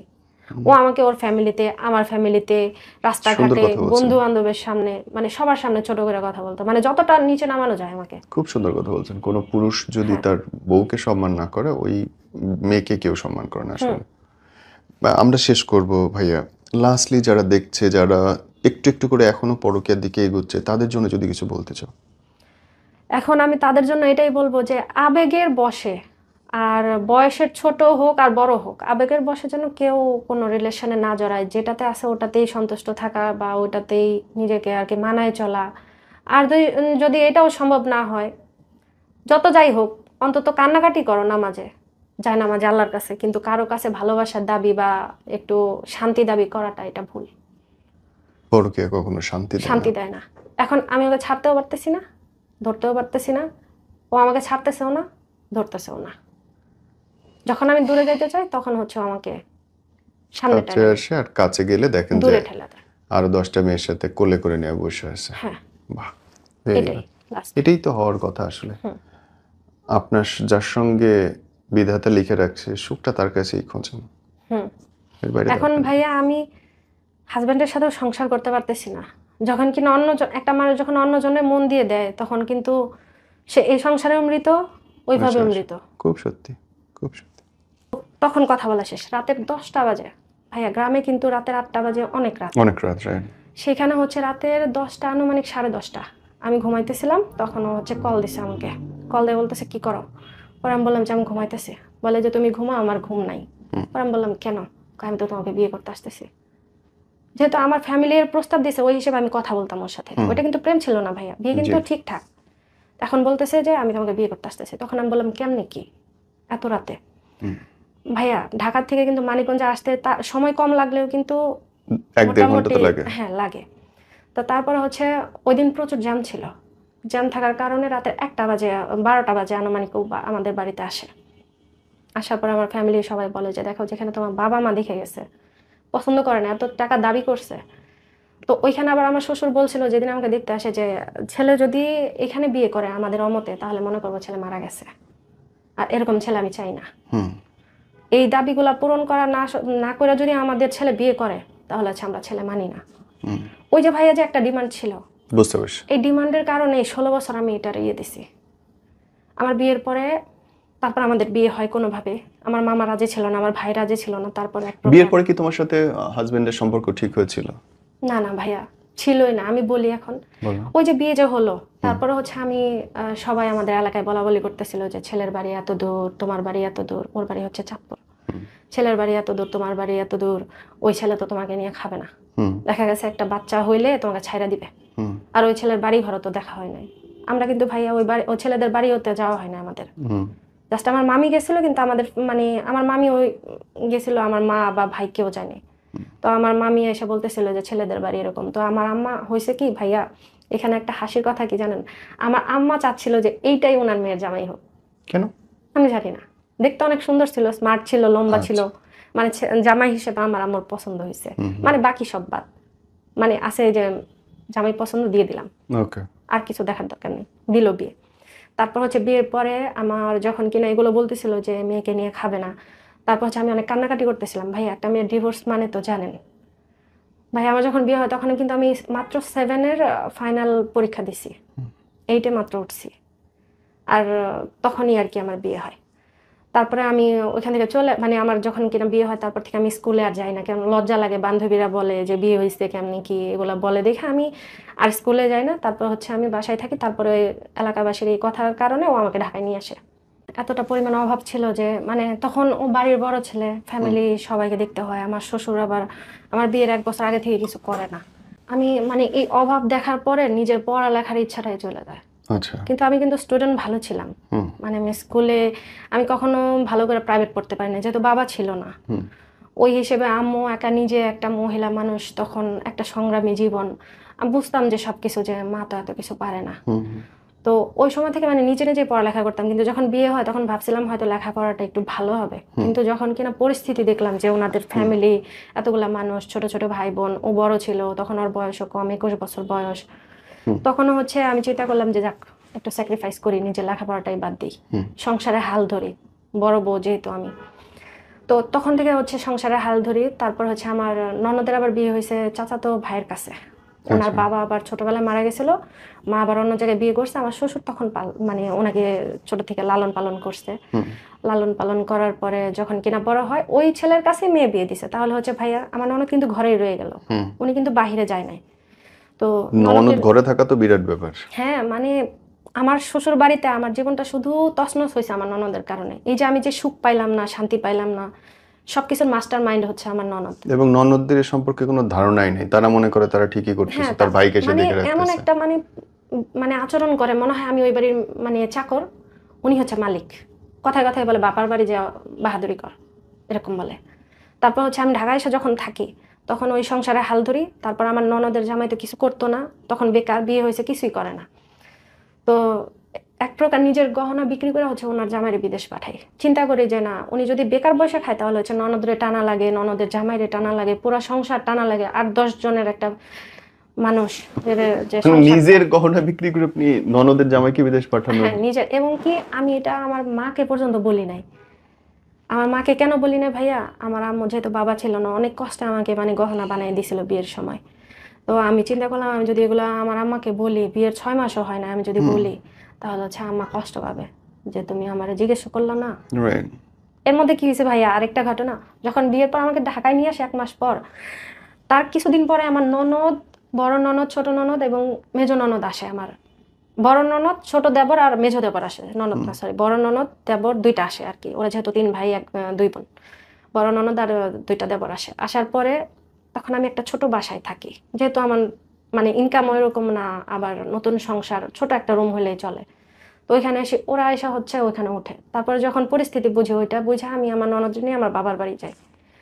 তার মানে তো সংসারে উত্থান পতনের মধ্যে দিয়ে আপনার যাচ্ছে, কিন্তু এই এই মানুষটার কাছ থেকে সরতে আপনার কখন ইচ্ছা হইল? সরতে ইচ্ছা হয়েছে যে প্রতিনিয়ত আঘাত, মানে এমনও দিন গেছে যে মার কথা শুনে আমাকে মারছে। রোজা ছিলাম, রোজার মাস, রোজা আছি, কি যেন একটা টুকিটাকি ছোট একটা কথা নিয়ে ওর আম্মু ওরে রাগাই দিল, ও আমাকে বিছানার উপর থেকে চুল, তখন আমার মেয়ে 3 মাস বয়স, আমি কোলে নিয়ে হচ্ছে ওর বসে ছিলাম, ইফতার শুধু পানি খাইছে আর কিছু না, শুধু শরবত। কি যেন একটা কথা নিয়ে এরকম পাশাপাশি রুম দেখা যায়, আমি ও পাশের রুমে, আমার শাশুড়ি এরকম আর আমার হাজবেন্ড বসে আছে। কি যেন বলো, দৌড়ে যায় আমার চুল ধরে টাইনা না নিচে ফালায় মারলো। আমার শাশুড়ি ধরলো না পর্যন্ত, মানে ওর ফ্যামিলি যা বলতো তাই। ওর ফ্যামিলির কারণে আমি নিজের গহনা বিক্রি করে দিছি, দেবরে বিক্রি করে দিছি, বিদেশ পাঠাইছি, সব কিছু করছি। তারপরে বলে তুই কি এগুলো কিনাই না দিছিলি, তুই কিনাই না দেশ নাই, মানে কোনো কৃতজ্ঞতা প্রকাশ নাই যে আমার জন্য এত কিছু করছে। আন্ডারস্টুড, আমি হ্যাঁ। বুঝতে পারলাম। কিন্তু আপনি এই পরকীয়াটা জড়লেন কেমন করে? প্রক্রিয়া জড়াইছি ভাইয়া যখন কিনা আমি আম, এর মধ্যে হচ্ছে আমি বাচ্চার মা কিন্তু 5টা, আমি 5টা সন্তানের মা হয়েছি। প্রথম বিয়ের পরে আমি জানতাম না যে আসলে মানুষের এরকম, আসলে ভাইয়া জানি না, এতটা বোকা ছিলাম যে এরকম করলে যে প্রেগনেন্ট হয়, মানে ফিজিক্যালি হইলে যে প্রেগনেন্ট হয় এটা আমি জানতাম না। তো বিয়ের পরই আমি প্রেগনেন্ট হয়ে যাই। প্রেগনেন্ট হওয়ার পর আমার বিয়ের এখন 16 বছর, আমার মেয়ের হচ্ছে 15 বছর। তো এ হচ্ছে কাহিনী। তারপরে হচ্ছে যখন আমার আবার বিয়ের 4 বছর পর আমার এই মেয়েটা হয়, আমার ছোট মেয়ে। তারপর আমি এই মেয়ের যখন 4 বছর, তখন আবার আমি প্রেগনেন্ট হই। এই প্রেগনেন্ট হওয়ার পরে উনি ওনার কেন আমার মনে উঠছে ভাই, আমি তাহলে এখন বলি। যখন কিনা আমি প্রথম বাচ্চার মা হই, একটা, আচ্ছা ভাই, একটা নারী কি চায় যে সে প্রেগনেন্ট হলে তার হাজবেন্ড তারে টেক কেয়ার করবে, আরো বেশি ভালোবাসবে, আরো ভালোবাসবে, বেশি। যে না আমার সন্তান আসতেছে। অবশ্যই। কিন্তু তার প্রথম সন্তানের বেলায় সে আমাকে ওই বাচ্চাটা ফালানোর জন্য ফোর্স করছে, এবং কি সে নিজে ওষুধ এনে আমাকে খাওয়াই দিছে মুখে। আমি হাতে পায়ে ধরছি যে না আমি বাচ্চাটা নিব। আমার মা বলছে যে নিয়ে, আমার শাশুড়িও বলছে, মিথ্যা বলবো না, আমার শাশুড়ি বলছে যে নাও। আমার ননদ বলছিল যে বাচ্চা আসলে ফালানো ঠিক না। তারপর হচ্ছে ওই যে প্রথমবার একটা ধাক্কা খাইলাম, তারপর এইটা হয়েছে পরে আমার ডিভোর্স দিতে চাইছে, এটা পেটে আসছে পরে, আমার ছোট মেয়ে পেটে আসছে পরে আমাকে ডিভোর্স দিতে চাইছে, যে তুমি যদি এই বাচ্চা নাও তাহলে হচ্ছে আমি তোমাকে রাখবো না। এবং কি ডিভোর্স পেপার রেডি করছে। রেডি করার পরে তারপরে আমি এক প্রকার বলছি, তুমি যদি আমাকে ছাইরাও যাও আমি এই মেয়ে দুনিয়াতে আনবো। তারপর হচ্ছে এক প্রকার যুদ্ধ করে এই মেয়েটার দুনিয়াতে আনছি। এই মেয়ের দুনিয়াতে আনার পরেও ভাইয়া, বড় মেয়ে হয়েছে পরে 14 দিন আমার মেয়ের দিকে তাকায় নাই। এই মেয়ে হয়েছে বড় 14-15 দিন আমার মেয়ের দিকে তাকায় নাই। তারপর আমার বড় মেয়ে যখন এটা হয়েছে ছোটটা, তখন বলতেছিল আব্বু তুমি আমার বোনকে দেখো না কেন। তখন ওই 4 বছরে আমার বড় মেয়ে কোলে নিয়ে হচ্ছে পিচ্চিটারে নিতে পারে না, ওর বাবার কোলে দিছে যে বাবা ধরো আমার বোনরে নাও, ওই যে নিল কোলে। এই যে তারপর থেকে এরকম। তারপর যখন তৃতীয়বার প্রেগনেন্ট হই ভাইয়া, কিভাবে হয়েছে আমি নিজেও জানি, মানে বারবার ভুল হয়েছে। তারপর হচ্ছে তৃতীয় নাম্বারটা হচ্ছে আমাকে বলে যে দেখো আমার ফ্যামিলির আমার চালাইতে হয়, আমার সংসার চালাইতে হয়, আমি ভাই বোন দেখতে পারি না, টাকা পয়সার সংকট, তুমি যদি আবার প্রেগনেন্ট হও তাহলে হচ্ছে এই বাচ্চা আমি কেমনে কি করব, তুমি এই বাচ্চা ফালাই দাও। তারপর হচ্ছে এই ভাইয়া আমার এই বাচ্চাটা ও নষ্ট করে। ওকে। এই বাচ্চাটা হচ্ছে নষ্ট করার পরে ওই যে মন থেকে উঠা যায় যে 3বার প্রেগনেন্ট হয়েছি, 3বারই বাচ্চা ফালাইতে চাইছো, তোমার কি আসলে বাবা হওয়ার ইচ্ছা নাই? বা তোমার কি নিজের ইচ্ছা হয় না যে ভাই বোন, আচ্ছা ভাই, ভাই বোন তো আর সারা জীবন পাশে থাকে না, সন্তান আর ওয়াইফ যেরকম থাকে, বাবা মাও কিন্তু একটা সময় থাকে না, তারা কিন্তু একটা সময় ওই যে যে ছেলের বেশি ইনকাম ওই দিকেই কিন্তু ই করে। আর আমার শ্বশুর শাশুড়ি একটু, যে ছেলের একটু ইনকাম বেশি তার দিকে একটু ঝোঁকে বেশি। সবাই এটা হ্যাঁ বড় কিছু না। হ্যাঁ। তো আমি ওকে বললাম যে দেখো তোমার নিজের, আমি তো নিয়ে আসি না এগুলা, তোমার তো নিজের সন্তান। ওই যে তৃতীয় বাচ্চাটা ফালাইলো তখন থেকে হচ্ছে আস্তে আস্তে আমার মন উঠে গেল এবং আপনি তখন চিন্তা করলেন যে এই লোকটার সঙ্গে কিভাবে থাকি। কিভাবে মুক্তি পাবে। হ্যাঁ তারপরে এই যার সাথে আপনার এখন পরকীয় সম্পর্ক, হ্যাঁ। তার সঙ্গে জড়লেন কেমন করে? তারপরে হচ্ছে ভাইয়া ওটা ফালাই দিছে পরে, ভুলবশত তৃতীয়বার তো গেল, চতুর্থবার আবার প্রেগনেন্ট হয়ে গেছে।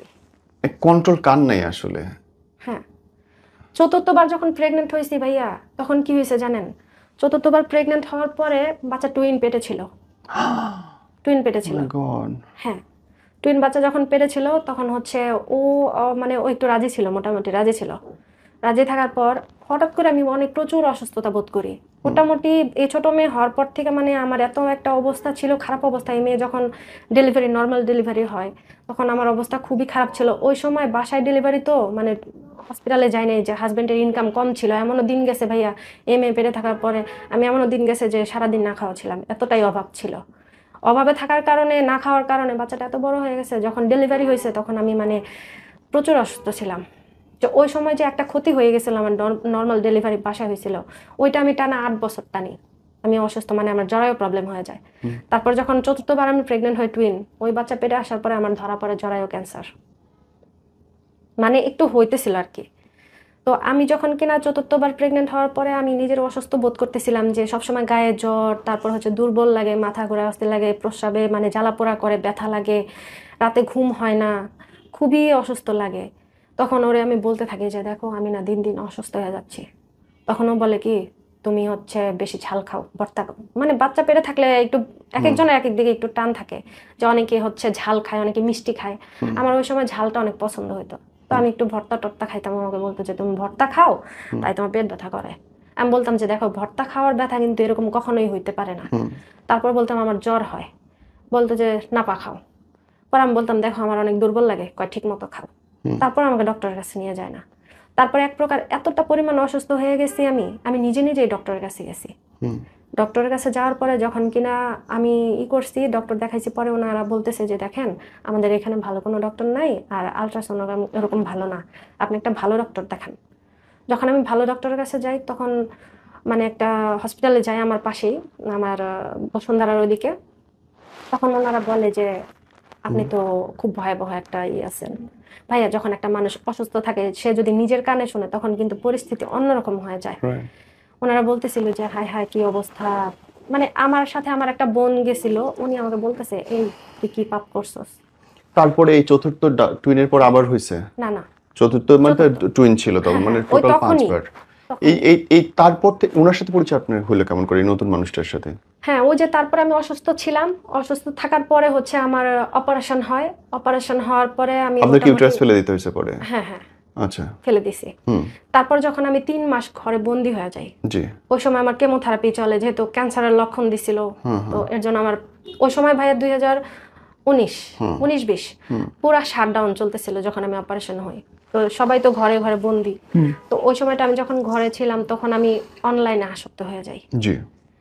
ওই সময় একটা মানে মেসেঞ্জারে একটা যে আড্ডা গ্রুপ থাকে, ওইখানে হচ্ছে ফ্রেন্ড সার্কেল সবাই আড্ডা দেয়, এরকম একটা গ্রুপে আমাকে কোনো না কোনো ভাবে একটা ভাই আমাকে অ্যাড করে। অ্যাড করার ফলে ওইখানে তখন আমি চ্যাটিং কিভাবে করে জানি না ভাইয়া, মানে আসলে জানি না যে কিভাবে চ্যাটিং করতে হয়। তারপরে হচ্ছে আমি ওই 2-1 দিন দেখার পরে যখন কিনা আমার নাম ধরে মেনশন দিয়ে ডাক দিয়েছে ঈশিতা আপু কি করো, তখন আমি ভাবলাম যে একটা রিপ্লাই দিই। তখন আমি অনেক কষ্টে টাইপিং করি, হয়তো বললে কেউ বিশ্বাস করবে না যে এই জামানায় কি এরকম আসলেও আদৌ তো আছে। তারপর হচ্ছে আমি রিপ্লাই দিই, তখন আমার একটু সাহস হয় যে না আমি তো আসলে পারি। তখন হচ্ছে আমি ওই গ্রুপটাতে মানে একটু নিজের আর কি ভালো ফিল করতে থাকি যে না আসলে সারাদিন হাজবেন্ডের সাথে ঝগড়া। আর ভাইয়া আমার সংসারে বিয়ে হয়েছে পরে কোনোদিন ঝগড়া ছাড়া আমরা থাকি নাই, এবং কি এখনো যে আসলাম ঝগড়া করেই আসতে হয়। মানে সব সময় ঝগড়া লাগিয়েই থাকে, মানে এটা হইলো কেন ওটা হইলো কেন, এরকম টুকিটাকি সব জিনিস না ঝগড়া। একটা সংসারে সারাদিন ঝগড়া হইলে কিন্তু মন এমনিতেই ভালো থাকে না। তারপর হচ্ছে ওইখানে যখন আড্ডা দিই আমার খুব ভালো লাগে। ওইখান থেকে হচ্ছে তারপরে একটা ওই ছেলের সাথে যার সাথে আমার রিলেশন, ওইখান থেকে হচ্ছে একটা গ্রুপে ওর সাথে আমার পরিচয় হয়। এবং আপনার যার সঙ্গে রিলেশন, সে তো আপনার যে ধর্মীয় দৃষ্টিকোণ থেকে আলাদা। আপনি মুসলিম, সে হিন্দু। হ্যাঁ। ওকে, শুরুটা কেমন করে হলো? শুরুটা হচ্ছে আমি যখন কিনা যে গ্রুপে ওর সাথে আমার পরিচয় হয়, ওই গ্রুপে আসলে সবাই ছোট ছোট ছিল। মানে সবারই মোটামুটি 18, 19, 16, 15 এরকম বয়সের ছিল, 21, 22, 23-এর উপরে না। তো আমি ভাবলাম যে বাচ্চা গ্রুপ, আমি কেন জানি নিজের পিকগুলো দিতেছিলাম। মানে আমি জানি না, আমি কখনো গ্রুপে পিক দিই না, কিন্তু ওই দিন আমি আমার শাড়ি পরা পিক, মানে যত পদের পিক ছিল আমি না মানে সবগুলো দিতেছিলাম। তো দেখার পর ওই ছেলেটা আর কি আমাকে দেখে বলে যে ক্রাশ খাইছি। তখন আমি মানে ভাবি যে বাচ্চা মানুষ আর কি ক্রাশ খায়, মানে হাসায় উড়ে দিই আর কি, ফান করি। তারপর আমাকে ইনবক্স আইসা বলে যে তোমাকে দেখা তো আমি ক্রাশ খাইছি। পর আমি বললাম যে ক্রাশ খাওয়ার কি আছে। তখন মানে টুকিটাকি ওর সাথে কথা হইলো। তারপর আমি কেন যেন ওকে ব্লক দিলাম, প্রথম দিনে কথা বলার পরে ব্লক দিয়ে দিছি। ব্লক দেওয়ার পরে ও হচ্ছে আমাকে গ্রুপে এসে বলতেছে, আন্টি বলে ডাকতো তখন আমাকে, যে আন্টি তুমি আমাকে ব্লক দিলা, ব্লকটা খোলো, কথা আছে। পরে আমি বললাম যে কি বলবা বলো, বলে ইনবক্সে আসো। পরে ইনবক্সে গেলাম, তখন ওইখান থেকে টুকিটাকি কথা। আমার মেয়েকে নিয়ে স্কুলে যায়, আমি যেহেতু কুড়িলে থাকি, আমার বিশ্ব রোডে থেকে হচ্ছে কুড়িল থেকে হচ্ছে আমার খিলখাতা যাওয়া লাগে, কর্মীটোলা আমার মেয়ে স্কুলে পড়ে। তারপর হচ্ছে ওইখানে যখন কিনা আমি যাই স্কুলে, মেয়ের তখন এক্সাম চলতেছিল, বসে বসে ভালো লাগে না তখন কি করতাম, ওর সাথে চ্যাটিং করতাম যে কি করতেছো, খাইছো কিনা, মানে খুব কেয়ার করতো। তো আমার কাছে কেমন জানি ভালো লাগতো। আর মানে তখন আন্টি বললো না, মানে যে যাক আমার একটা মানুষ আছে যে আমার খোঁজ খবর নাই, এরকম ভাবতাম। তারপর ওইখান থেকে কথা বলতে বলতে জুনের 3 তারিখে, আমার মেয়ের যেহেতু বার্থডে 6 তারিখে জুনের, তো আমি করছি 3 তারিখে আমার ননদের জামাই আসলো বিদেশ থেকে, হচ্ছে ওনাকে নিয়ে আমি চাঁদপুর যাই। যাওয়ার পরে ওইখানে হচ্ছে প্রথম 3 তারিখ থেকে ওর সাথে আমার কথা স্টার্ট হয় ভালো করে। ওই দিন ও সারাদিন আমার মানে খোঁজ খবর নেয়, সারাদিন ওর সাথে রাতের 3টা পর্যন্ত কথা হয়। কিন্তু এর মধ্যে একটা মজার বিষয় হচ্ছে কি ভাইয়া, আমি যে মেসেঞ্জার গ্রুপ চালাই এটা হচ্ছে আমার হাজবেন্ড জানে না। আচ্ছা। এগুলো হচ্ছে জানলে কখনো করতে দেবে না, আড্ডা দিতে দেবে না। একদিন দেখছিল, ওর পর থেকে আর কি সব ওর সামনে ডিলিট করাইছে, কিন্তু ও জানে না, কিন্তু আমি লুকাই লুকাই করি। এবং কি এখনো সে জানে না আমি এখানে আসছি। তারপর হচ্ছে ওর সাথে আড্ডা দিলাম, গল্প টল্প করলাম আমার লাইফের। তাও ভাই এখানে আরেকটা কিছু মিস করে গেছি, সেটা হচ্ছে আমি গ্রুপে আমার লাইফ স্টোরি কিছুটা শেয়ার করতেছিলাম যে আমার লাইফটা এরকম এরকম। সবাই আছে না জিজ্ঞেস করে তোমাদের লাইফটা কেমন, কি করতেছো, তখন আমি বললাম যে এরকম এরকম। তখন থেকে ওর সাথে আমার 3 তারিখ থেকে কথা স্টার্ট। ওই যে বললো যে তোমার লাইফ স্টোরি শুনে আমার অনেক খারাপ লাগছে, আমি জীবনে একটা জিনিস চাই যে আমি যদি তোমার হাসাইতে পারি বা তোমার ভালো রাখতে পারি, এটাই আমার লাইফের অনেক। আমি তোমার মতো মেয়ের যে হাজবেন্ড কষ্ট দেয় সে কেমন হাজবেন্ড, আমি হলে তো তোমার রানীর মতো রাখতাম। Common dialogue. হ্যাঁ, আমি হলে তো তোমাকে রানীর মতো রাখতাম, আর তোমাকে যে পাইবো সে তো জান্নাত পেয়ে গেছে। আর ওর একটা জিনিস ভাইয়া ভালো লাগতো কি, দেখেন সবারই একটা ধর্মের প্রতি দুর্বলতা আছে। ও হিন্দু হলে কি হইব, কথায় কথায় মানে সালাম দিত, আলহামদুলিল্লাহ বলতো, ইনশাল্লাহ বলতো। ওর কথার ভিতরে কোনো হিন্দুর কোনো ছোঁয়া ছিল না, মানে ও সবকিছুতেই মুসলিমদের মতো চলাফেরা। তখন আমি ওকে একদিন জিজ্ঞেস করি, আচ্ছা একটা কথা প্রশ্ন করি, তুমি কি হিন্দু না মুসলিম? তখন বলে তুমি কি আমার নাম দেখো নাই? আমি দেখছি তো। বলে যে তাহলে কেন মানে জিজ্ঞেস করলা? পরে আমি বললাম আমি তোমাকে তো দেখে তো বোঝা যায় না তুমি যে হিন্দু, তুমি তো পুরো একদম মুসলিমদের মতো চলাফেরা। আপনাদের এই প্রেমটা কি সামনাসামনি দেখে হয় নাকি অনলাইনেই হয়? অনলাইনেই। ও হচ্ছে আমার জন্য পাগল। আমি ওই যে ব্লগ যে দিলাম কথা বলার পর, তারপর হচ্ছে 3 তারিখ থেকে স্টার্ট কথা শুরু জুনের, তারপর থেকে মানে প্রতিনিয়ত ও বলতেছে যে প্রপোজ করে নাই, কিন্তু মানে ইঙ্গিতে ইশারা বুঝাইতো তোমার ছাড়া আমি থাকতে পারবো না। তখন ওর লাইফ স্টোরি যখন আমি জিজ্ঞেস করলাম, তখন ও বললো যে আমার একটা মেয়ের সাথে রিলেশন ছিল, ওই মেয়েটা আমাকে ধোকা দিছে, ওই মেয়েটা আমাকে ছাইড়ে গেছে। তখন আমি বললাম যে তুমি ওই মেয়েটার আইডি লিঙ্ক দাও, ফেসবুক আইডি লিঙ্ক, আমি ওর সাথে কথা বলে। ভাই আমার একটা গুণ আছে কিন্তু, মানে যদি কারোর সাথে কারো ভেজাল হয় বা ব্রেকআপ হয়, আমি এটা ভালো সলভ করে দিতে পারি, এই গুণটা আমার আছে। ঘটক ইশাক ভাই। কিন্তু নিজেটাই ঠিক করতে পারি না। তো ওই হিসেবে আমি ওকে বলে যে না, তুমি আমার লাইফে আসছো, আমি আর কাউরে চাই না, তুমি আমার লাইফে যতদিন আসো আমি এইভাবে থাকবো। কিন্তু তখনও কিন্তু গার্লফ্রেন্ডের সাথে টুকিটাকি কথা হয়, কিন্তু ওর গার্লফ্রেন্ড পাত্তা দেয় না। দেখা গেছে ও এখন একটা মেসেজ দিলেও 2 ঘন্টা পর রিপ্লাই দেয় বা পরের দিন রিপ্লাই দেয়, এরকম। তো আমি বললাম যে দাও ঠিক করে দিই। বলে না, তুমি আসো, আমার আর কিছু লাগবো না, আমি তোমার পাইলেই হ্যাপি। তখন আমি বললাম দেখো লাইফে 2টা মানুষ রাখা যায় না, 2টা নারী রাখা যায় না। দেখা গেছে আমার জন্য ওর প্রবলেম হতে পারে বা তোমার জন্য আমার প্রবলেম হতে পারে। তখন ও বললো যে শোনো, দুনিয়া একদিকে তুমি একদিকে, তোমার ছাড়া আমি কিছুই বুঝি না, তুমি থাকলেই হবে, কে থাকলো না থাকলো দেখার বিষয় না। পর আমি বললাম যে আচ্ছা আমি একটা প্রশ্ন করি, তুমি কি আমাকে ভালোবাসো? তুমি তো সব জানো। পর আমি বলছে দেখো কখনো কারো মনের খবর কিন্তু জানা যায় না, তুমি যদি নিজে থেকে না বলো আমি কিন্তু কখনোই জানবো না। তখন ও বললো যে তখন বলে যে আচ্ছা আমরা বিয়ে করি। পর আমি বললাম যে কিভাবে? কবুল বলো। হাসবো না কান্না করবো বুঝতেছি না। বলে কবুল বলো। পর আমি বললাম কেন? আমি মানে একটু মানে বিরক্ত বোধ করতেছিলাম যে অনলাইনে বিয়ে, মজা করো তুমি আমার সাথে, মানে মনে মনে ভাবতেছি মজা করো আমার সাথে। বলে সত্যি বিশ্বাস করো আমি তোমাকে বিয়ে করব। পরে আমাকে বলে যে বলো কবুল বলো। তখন আমি রাগে যে বলছি তুই বল। তখন ও বলতেছে কবুল কবুল কবুল। পরে আমি বলছি সাক্ষী কে? কয় আল্লাহ। তখন আমি বলছি আল্লাহ সাক্ষী, যখন ডিভোর্স দিবি তখন কে সাক্ষী থাকবে, মানে এরকম করে বলতেছে। তখন বলে যে না, ডিভোর্স দেওয়ার কোনো প্রশ্নই ওঠে না, তোরে আমি বিয়ে করবো, এরকম করে বলতেছে। তখন আমি বললাম যে শোনো, তুমি প্রতিষ্ঠিত হও, নিজের কিছু করো, তারপর আমরা বিয়ে করি। গেল জানুয়ারিতে আমাদের বিয়ে করার কথা ছিল। তখনও আমাকে বলল যে হ্যাঁ কিছু করব, কিন্তু কথা হচ্ছে ওরকম তো কোনো অপশন নাই। তখন হচ্ছে এমন দিন গেছে ভাইয়া যে ওর হাত খরচ আমি চালাইছি, ওরে ওরে ফোনে টাকা দিছি, তারপর ওর হচ্ছে কি লাগবে দেখা গেছে মাঝে মধ্যে একটা ঘড়ি কিনে দিছি, মাঝে মধ্যে একটা যে প্রথম দেখাতে ওর একটা ঘড়ি গিফট করি আমি। প্রথমবার যখন ওর সাথে আমার দেখা হয়, ও আমাকে দেখে বলে যে আমি ভাবছিলাম হয়তো তোমার যে বয়স, হয়তো দেখে ভাবছিলাম যে হয়তো তুমি মানে একটু বয়স্ক বয়স্ক দেখা যাবে, কিন্তু তখন ভাই আর একটু ছিলাম, তখন টেনশন ছিল না, ওর সাথে একটু প্রেমে পড়লে তো মানুষ এমনি সুন্দর হয়ে যায়। ইহা সঠিক, প্রেমে বললে মানুষ হ্যাঁ, সুন্দর হয়। তখন মানে ও আমাকে দেখে বলতেছে তোমার তো আমি দেখি ক্রাশ খাইছি, আসলেই বাস্তব ক্রাশ খাইছি। আর তোমাকে তো দেখে কোনো বোঝার উপায় নাই যে আসলে তোমার কোথায় দেখা বয়স হয় এত। প্রথম? প্রথম দেখা হয় আমাদের একটা মার্কেটে, আচ্ছা। সুবাস্ত মার্কেটে, হুম। শাহজাদপুরের ওদিকে। তখন ও আমাকে দেখে, ও রাস্তার ওপারে ছিল, আমি ওকে দেখে মানে যেহেতু ওর পিক দেখছি আমি চিনতে পারছি।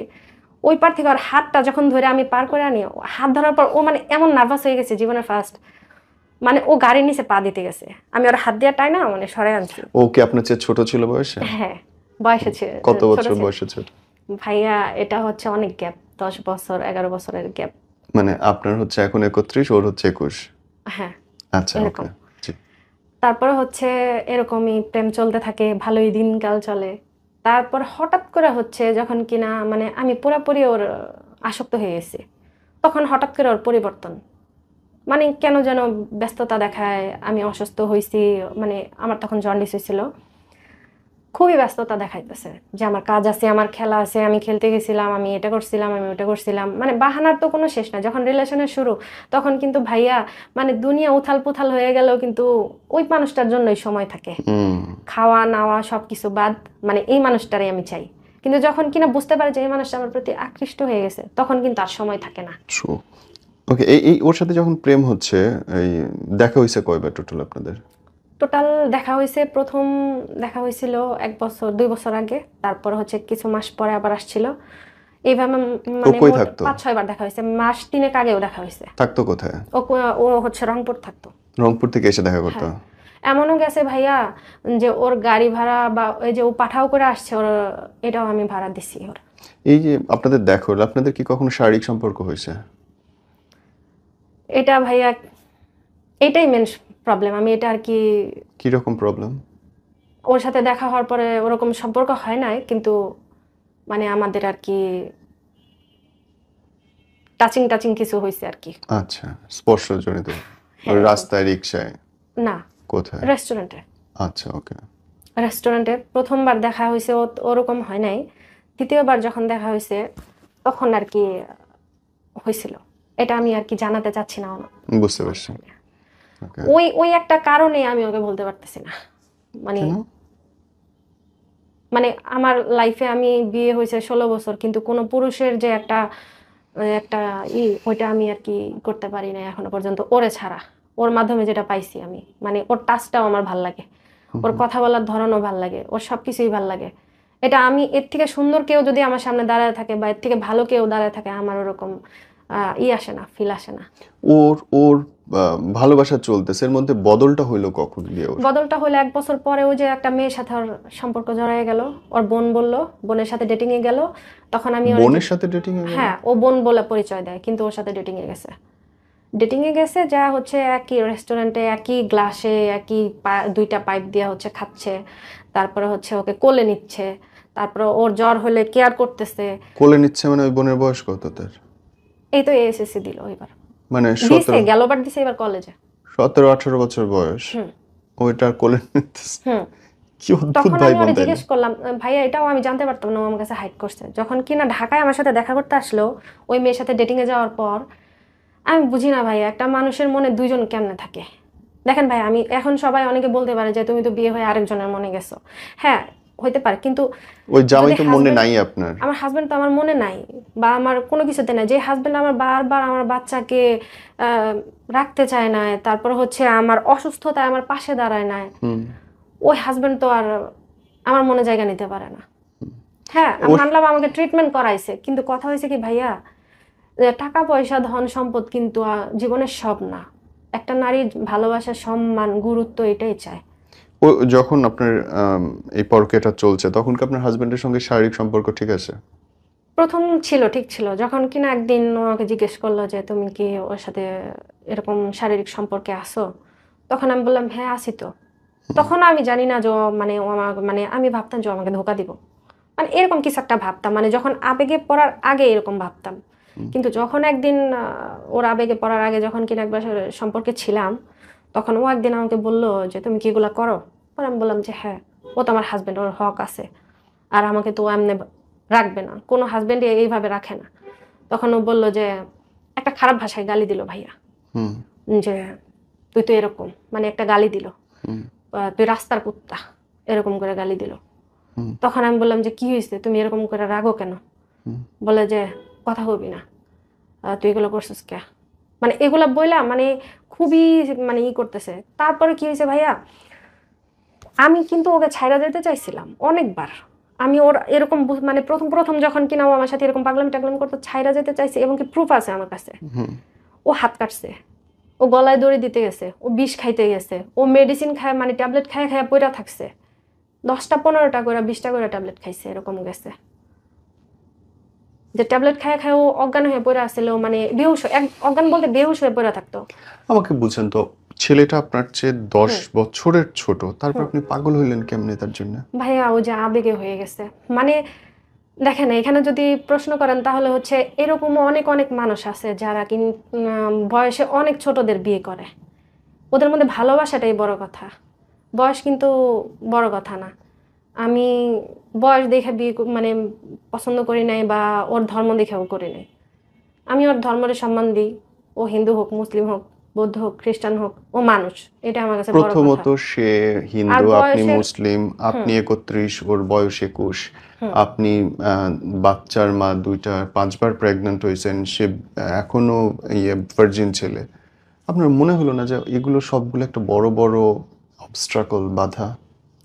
ভাইয়া তখন আমার, এবং কি দেখেন আমার মেয়েরা কিন্তু এগুলো জানে, আমি কিন্তু এটা হাইড করি নাই। কারণ দেখা গেছে যদি আজকে আমি এটা হাইড করে যদি ওর সাথে পালাই যেতাম, আমার মেয়েরা হঠাৎ করে শুনলে কষ্ট পাইতো। এবং কি আমার বড় মেয়ে জানে আমি কিসের ভিতর দিয়ে যাচ্ছি। আপনার বড় মেয়ের বয়স কত? আমার বড় মেয়ের বয়স 15। আপনার বড় মেয়ের বয়স 15, ওর বয়স 21, মানে আপনার বড় মেয়ের চেয়ে ও 6 বছরের হ্যাঁ, বড়। আমার মেয়ে আমাকে অনেকবার বলছে যে দেখো আম্মু, দুনিয়াতে এত এত মেয়ে থাকতে তোমাকে ভালোবাসে, তুমি কি বোঝো না এটা ফেক। তখন ভাই আবেগে পড়লে কোনো কিছু আর, তখন অন্ধ থাকে মানুষ, ভালোবাসলে অন্ধ হয়ে যায়। রাইট। তখন আমি অন্ধ ছিলাম, আমার মেয়েরা বলতো যে আম্মু তুমি দেখো ও কিন্তু তোমাকে ভালোবাসবে না, ছাইরা দিবে, তো ও আলাদা না, ও সবার মতো। তখন আমি বলতাম আম্মু দেখো সবাই যদি এক হয় তাহলে দুনিয়া তো চলতো না। আর সত্যি কথা বলতে ও আমার সবটা যায়নি, কিন্তু আমার, এবং কি আমার মেয়ের সাথে কথা বলছে পর্যন্ত, সবটা যায়নি আমাকে ই করছে, আমার সাথে মানে রিলেশনে আপনার আসছে। মেয়েটা সহ বিয়ে করতে চাইতো? হ্যাঁ, ও বলতো এটা আমার খাওয়াবে মেয়ে। কি? ও বলতো যে আমি কিছু একটা করব, আমি যেটাই করি আমি কিছু একটা করব। কি করবে? ও 21 তখন বছর আমি ওর বয়স। বলছিলাম যে দেখো আমার মেয়ে ছাড়া, মেয়েকে ছাড়া আমি যাইতে পারবো না। তখন ও বলছিল যে তোমার মেয়ে আমার মেয়ে কি আলাদা, এবং এরকম করে এই বলতো। কথাগুলো শুনে আপনার বিশ্বাস হচ্ছে তখন? ভাইয়া অন্ধ হয়ে গেছিলাম, মানে এতটা পরিমাণে ও আমাকে ইমোশনাল ব্ল্যাকমেল করছে। আমি যদি আপনাকে দেখাই ও কি কি করছে, ফোনে আছে, যদি আমি মানে আপনাকে ও দেখাই। যা ইচ্ছা করুক, হ্যাঁ, কিন্তু এতটা। ও যত পাগলামি করুক, যত মিথ্যা কথা বলুক, যত নাটক করুক, আপনি দেখতেছেন আপনার মেয়ের বয়সে প্রায় একটা ছেলে, সে আপনার মেয়ের দায়িত্ব নেবে, 2টা মেয়ের দায়িত্ব নেবে, আপনাকে দায়িত্ব নেবে, বিয়ে করবে, সংসার না, করবে, এগুলো 2টা মেয়ে নিবে না, আমি বলছিলাম যে আমি একাই আসবো। পরে বলছিলাম যে তুমি এত নিতে পারবে না দায়িত্ব, আমি একাই আসবো। ও বলছিল না, ওকে নিয়ে আসো, ও নিজে বলছে যে এবং আম্মা। এগুলো আপনার তখন বিশ্বাসযোগ্য হ্যাঁ, লাগতেছে বিশ্বাস সব? হয়ে গেছে, মানে অন্ধ হয়ে গেছিলাম, বুঝতে পারি নাই যে আসলে যে ভালোবাসা অন্ধ, বয়স মানে না, ধর্ম মানে না, জাতি মানে না, কোনো কিছু মানে না। যখন কিনা একটা মানুষ ভুল পথে যায় ভাইয়া, তখন কিন্তু সঠিকটাও ভুল মনে হয়। এবং কি ওর জন্য আমি কি সহ্য করছি যদি আপনাকে বলি তাহলে শুনেন। বলেন। আমি যখন কিনা ওর প্রতি এতটা আসক্ত হয়ে গেছি, আমি আমার মামি অসুস্থ ছিল, আমি ওনাদের বাসায় যাইতাম। তো ওইখানে দেখা গেছে অনেক মানুষ, একটা অসুস্থ বাসায় তো মোটামুটি অনেক মানুষ, ওইখানে যদি ওকে সময় দিতে না পারতাম, ও আমার সাথে রাগারাগি করতো, চিল্লাচিল্লি করতো। আবার ওর সাথে সময় দিতে গেলে আমার ফ্যামিলিরা বলতো যে তুই বিবাহিত, তোর হাতে সারাদিন কেন ফোন থাকে, চ্যাটিং করতে থাকিস সারাদিন। তারপর আমাদের বাড়িতে গেলে 24 ঘন্টা খাওয়া দাওয়া সব অফ, ওর সাথে থাকা লাগে। মাঝে মধ্যে ভিডিও কলে না আসলেও আমার সাথে রাগ করে, ভিডিও কলে আসো, এক নজর দেখবো, এরকম সেরকম, মানে সবসময় ফোর্স করতে থাকতো। তো একদিন আম্মা যায় না যায়, তারপর ও কি করছে, আমার আম্মার নাম্বার নিয়ে আমার আমাকে কল দিছিল একদিন যে আপনার মেয়েকে বিয়ে করবো। ওরা, আমার আম্মু বলে যে আমি নাতিন বিয়ে দিব, আমি কি এখন মেয়ে বিয়ে দিব, তুমি আমার মেয়েকে বিয়ে করবা। তখন আমি তো জানি না যে ও কল দিছে। পরে আম্মা বলতেছে যে তোরে কে যেন বিয়ে করতে চায়। পরে আমি বললাম কে, রং নাম্বার মনে হয়। পরে ও আমাকে বলতেছে, আমি কই কি কে যেন কল দিয়ে আমাকে বিয়ে করতে চায়, ওইটা আমি ছিলাম। পরে আমি বলি যে আমাকে কল দিছো। তারপরে এগুলা জানার পরে ভাইয়া এমনও গেছে, আমার আম্মা সব কিছু জানে গেছে। জানার পরে আমার আম্মা বলতেছিল তুই যদি ওই হিন্দু ছেলের সাথে সম্পর্কে থাকিস তাহলে হচ্ছে মরে যাব। আমি বিষ খাবো। আমার জীবনে আমার স্বামী ছিল না, আমি অল্প বয়সে ডিভোর্স হয়েছে। আমার আম্মুর অল্প বয়সে ডিভোর্স হয়েছে, মোটামুটি আমার আম্মুর যখন 20-21 বছর বয়স তখন ডিভোর্স হয়েছে। তো আম্মু বলছে যে যে তোর আব্বু ছিল না, আমি কষ্ট করে খাইছি, তোদের মানুষ করছি, কিন্তু কখনো আমি কোনো পুরুষের আমি কলঙ্ক গায়ে নিই। সেখানে তুই বিবাহিত হয়েছিস, হ্যাঁ তোর সংসার জীবনে সুখী নাই, আমরা জানি তুই সুখী নাই, তোর হাজবেন্ড কেমন, তোরা হাজবেন্ড তোরে মূল্য দেয় না, দাম দেয় না, কোনো কিছুতে করে না। জানি একটা মেয়ের হাজবেন্ড ভালো না থাকলে সে অন্যদিকে যাইতেই পারে, কিন্তু তুই এমন একজনের কাছে যাইতেছো যেটা আমার মান সম্মান সবকিছু শেষ করে, তুই যদি ওর সাথে যাস, মানে কান্না করে করে বলতেছিল। অ্যাজ ইট ইজ তো আপনার পরকীয়া বয়ফ্রেন্ডের মাও তো একই কথা বলছে যে যদি এই মেয়েরে বিয়ে করিস তাহলে। হ্যাঁ, আমার ভাইয়া বলতেছিল তুই কি ওরে ভালোবাসিস, পরে আমি চুপ করেছিলাম, কারণ আমি তো ভালোবাসি। আম্মা বলতেছিল, ভাইয়া বলতেছিল, তখন আমি চুপ করেছিলাম। আম্মা বলছিল তুই যদি ওর সাথে করস তাহলে আমি বিষ খাবো। কিন্তু ভাইয়া আমি তো মার কথা চিন্তা করি নাই, আমি তো চিন্তা করি না যে আমার মা বিষ খাবে বা কি। আমি চিন্তা করছি যে আমার মা আমার লাইফটা একবার নষ্ট করছে বিয়ে দিয়ে অল্প বয়সে। যদি আমি তখন বিয়ে না হইতে হয়তো আরেকটু ম্যাচিউর হইতাম, হয়তো বুঝতাম। এখন আপনার বিয়ে করার বয়স, যখন আপনার বাচ্চাটা বড় হয়ে গেছে। হ্যাঁ, তখন আমার আম্মু আমাকে, আমি বুঝতে পারি না, আমার আম্মু আমাকে বিয়ে দিছে, আমি তো আর প্রেম করে বিয়ে করি নাই, বা আমার গায়ে কোনো কলঙ্কের দাগও ছিল না যে পড়ালেখাটাও করতে পারেন নাই ঠিকমতো। আমি একটা পরকীয়া করছি, বা আমি একটু ওই ছেলের সাথে ধরা পড়ছিলাম বা কি একটা হয়েছে, এরকম কিছুই ছিল না, কলঙ্কের কোনো দাগ ছিল না। তারপর আম্মু বিয়ে দিছে, মানে আমাকে বিয়ে দিয়ে মানে আমার জীবনটা বরবাদ করে দিছে। এখন আমি চাচ্ছিলাম না যে আমার আম্মু আমার লাইফটা আবার বরবাদ। এখন এই ছেলের লাশ সরে গেল কি বলে আপনার কাছ থেকে? সরে গেছে কিছুদিন আগে, ওর 15 তারিখে গেল, 15 তারিখে ওর একটা ইন্টারভিউ ছিল RFL কোম্পানিতে, ওর একটা জবের। আমি ওকে বলি জবটা করতে, ফ্রিল্যান্সিং এর টাকা দিই আমি ওকে, যে কিছু একটা করো, তুমি তো আমাকে বিয়ে করবা, খাওয়াই বাকি। তখন ও বলে যে হ্যাঁ করব, কিন্তু টাকা তো নাই, ফ্রিল্যান্সিং এর একটা অফার আসছে। তখন আমি ওকে বলি যে তুমি ফ্রিল্যান্সিং করো, আমি তোমাকে টাকা দিই। তখন ভাই আমি গোপনে গোপনে অনেক কষ্ট করে, আমার হাজব্যান্ড যেহেতু আমাকে টাকা দেয় না, আমি অনেক সময় দেখা গেছে যে ওর জন্য চুরি পর্যন্ত করছি। আমার হাজব্যান্ডের মানিব্যাগ থেকে চুরি করে ওরা টাকা পাঠাইতাম। হ্যাঁ, মানে আমি এত পরিমাণ চোর হয়ে গেছি ওর প্রেমে, মানে চোর বলতে, অন্ধ বলতে, দোষী বলতে, সব দিকে আমাকে দোষ দেওয়া যায়, যে আমি ওকে সুযোগ দিছি। এখন আমি যদি ওকে সুযোগ না দিতাম ও তো আসতে পারতো না। কিন্তু এখানে কথা হচ্ছে ভাইয়া, ও যদি চায় তাহলে হচ্ছে আমরা এক হইতে পারি, কিন্তু ওই এখন চাচ্ছে না। যখন কেন ফ্রিল্যান্সিং এর টাকা দেই, তখন ফ্রিল্যান্সিং করা বাদ দিতে, মানে ও খেলে, ও হচ্ছে এই কাজ করে, সেই কাজ করে, ওই কাজ করে, ও ফ্রিল্যান্সিং করেই না, ক্লাস পর্যন্ত করে না। নোটিফিকেশন আসে যে ক্লাসের, যে এখন জয়েন হোক, ও করে না। তখন আমি ওকে বলি তুমি কি ক্লাস করো না। লাস্ট ওর সাথে আমার কিভাবে ঝামেলাটা হয় সেটা হচ্ছে 15 তারিখে ও আমাকে বলে সকালবেলা, আগের দিন, হ্যাঁ না 14 তারিখে আমাকে বলে যে আমি তো 16 তারিখে ঢাকা আসতেছি, ইন্টারভিউ আছে 16 তারিখে, তো তুমি বাড়িতে মানে কাউরে জানানো, যেহেতু ওর ফ্যামিলির অনেকের সাথে আমার অ্যাড ছিল, মোটামুটি ওর ফ্যামিলিও জানতেছিল, আমার ফ্যামিলিও মানে মোটামুটি জানে আমাদের বিষয়টা। তখন ও বলতেছিল যদি কেউ কল দেয় তুমি বা মেসেজ দেয় বলবা যে ওর সাথে আমার কথা হয় না। ও সবসময় হাইড করতে চাইতো, কিন্তু আমি চাইতাম যে আমাদের বিষয়টা সবাই জানুক, যে না জানলে কেমনে ভালোবাসলাম, বিয়ে করলেও তো সবাই জানবে, তো রিলেশনে তো সবাই জানুক, তারপর হচ্ছে বিয়ের পরেও সবাই জানুক। আমি চাইতাম যে এটা পূর্ণতা পাক, কিন্তু ও চাইতো যে না, গোপনই ভালোবাসা, গোপন সুন্দর। কিন্তু ভাইয়া সব ক্ষেত্রে কিন্তু গোপন সুন্দর হয় না। আজকে দেখা গেছে রিলেশন করলাম গোপনে, তারপরে হচ্ছে সবকিছুই করলাম, বিয়েও করলাম, কিন্তু কেউ জানলো না, আমাকে ছাড়া দিয়ে গেল, তার প্রমাণ কি থাকবে? আমি সবসময় চাইতাম যে প্রমাণ থাক, ও যে আমার সাথে আছে বা আমাকে বিয়ে করতে চাইতেছে, সবকিছু করতেছে। তুমি যে ওরে ভালোবাসি এর কোনো প্রমাণও চাইছে? হ্যাঁ চাইছে। তোমার ছবি ভিডিও, খোলামেলা ছবি ভিডিও নিছেও কখনো?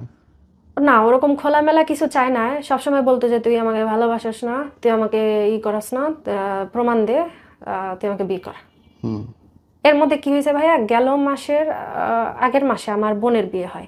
তো ভাইয়া বিয়েতে কিন্তু স্বাভাবিক অনেক ঝামেলা থাকে, বাড়িতে অনেকেই থাকে। তখন হচ্ছে আমি ওই বিয়েতে যাই, ওই 3 দিন আমি ওকে একটু মোটামুটি সময় দিতে পারি না। সময় বলতে কি, মানে কথা হয়, দেখা গেছে 8-10টা মেসেজের পর আমি একটু 2-3 ঘন্টা আবার একটু বিজি, যেহেতু 2 দিন যাবত বিয়ে হয়েছে, গায়ে হলুদ প্লাস বিয়ে, আমি একটু বিজি ছিলাম। ও আমাকে বলতেছিল তুই আমাকে ইগনোর করস, তোরে ছাড়া আমি বাঁচবো না, মানে এত প্রকার ইমোশনাল ব্ল্যাকমেল, কান্নাকাটি, না খাওয়া, 3 দিন পর্যন্ত খায় নাই, 3 দিন খায় নাই, গোসল করে নাই, কিচ্ছু করে নাই। ও আমাকে বলতেছিল তুই তো সুখে আসস, আমি তো সুখে নাই। ও যে খাচ্ছে না, আপনার প্রমাণ কি? খাচ্ছে না, পিক পিক পাঠাচ্ছে, মানে সত্যি, মানে এমন একটা মানে অবস্থা, আমি মানে বুঝতে, তখন আমি ওকে বললাম যে দেখো আমি তো বিজি, আমি তার 2 দিন আগে বলে দিছে দেখো আমি বিয়েতে যাবো, একটু বিজি থাকবো, আমার বোনের বিয়ে। তখন ও বলে যে তুই তারপরে যখন আমি ওকে সময় দিতে পারি না, ও বলে আমি নাকি ইচ্ছা করে ওকে আর কি ইগনোর করতেছি, ইচ্ছা করে ইগনোর করস তুই আমাকে। আচ্ছা, আপনি ধরেন এই ছেলেটাকে ভালোবাসতে আপনি যে এই পরিমাণে পরিশ্রম করছেন, আপনার জামাইকে ভালোবাসতে কি এই পরিমাণ পরিশ্রম করেছিলেন আপনি? হ্যাঁ ভাইয়া, আমি ওকে পায়ে পর্যন্ত ধরছি যে তুমি আমাকে ভালোবাসো, গুরুত্ব দাও, আমাকে বোঝো, সবসময় আমার মানে ভাইয়া আপনি যদি আপনার ওয়াইফকে সবার সামনে ছোট করেন, অসম্মান করে কথা বলেন, তখন কিন্তু যে কোনো জায়গায় গেলেও যার কিনা হাজবেন্ড সম্মান দেয় না তার কিন্তু কোথাও সম্মান নাই। ও আমাকে ওর ফ্যামিলিতে, আমার ফ্যামিলিতে, সুন্দর রাস্তাঘাটে, কথা বলছেন। বন্ধু বান্ধবের সামনে, মানে সবার সামনে ছোট করে কথা বলতো, মানে যতটা নিচে নামানো যায় আমাকে। খুব সুন্দর কথা বলছেন। কোনো পুরুষ যদি হ্যাঁ। তার বউকে সম্মান না করে, ওই মেয়েকে কেউ সম্মান করে না আসলে। আমরা শেষ করব ভাইয়া। লাস্টলি যারা দেখছে, যারা একটু একটু করে এখনো পরকীয়ার দিকে এগোচ্ছে, তাদের জন্য যদি কিছু বলতে চাও। এখন আমি তাদের জন্য এটাই বলবো যে আবেগের বশে, আর বয়সের ছোট হোক আর বড় হোক, আবেগের বশে যেন কেউ কোনো রিলেশনে না জড়ায়, যেটাতে আছে ওটাতেই সন্তুষ্ট থাকা বা ওটাতেই নিজেকে আর কি মানায় চলা। আর যদি এটাও সম্ভব না হয়, যত যাই হোক অন্তত কান্নাকাটি করো নামাজে, যায় নামাজে আল্লাহর কাছে, কিন্তু কারো কাছে ভালোবাসার দাবি বা একটু শান্তি দাবি করাটা এটা ভুল। পরকীয়া কখনো শান্তি দেয় না। শান্তি দেয় না। এখন আমি ওকে ছাড়তেও পারতেছি না, ধরতেও পারতেছি না, ও আমাকে ছাড়তেছেও না, ধরতেছেও না। যখন আমি দূরে যেতে চাই তখন হচ্ছে ও আমাকে সামনে কাছে টেনে আসে, আর কাছে গেলে দেখেন যে দূরে ঠেলে দেয়। আরো 10টা মেয়ের সাথে কোলে করে নিয়ে বসে আছে। হ্যাঁ, বাহ, very এটাই good. লাস্ট। এটাই তো হওয়ার কথা আসলে। আপনার যার সঙ্গে বিধাতা লিখে রাখছে, সুখটা তার কাছেই খোঁজেন, হুম। এর বাইরে এখন দরকার নেই। ভাইয়া আমি হাজবেন্ডের সাথেও সংসার করতে পারতেছি না। যখন কিনা একটা মানুষ যখন অন্যজনের মন দিয়ে দেয়, তখন কিন্তু সে এই সংসারেও মৃত, ওইভাবেও আচ্ছা, মৃত। খুব সত্যি, খুব সত্যি।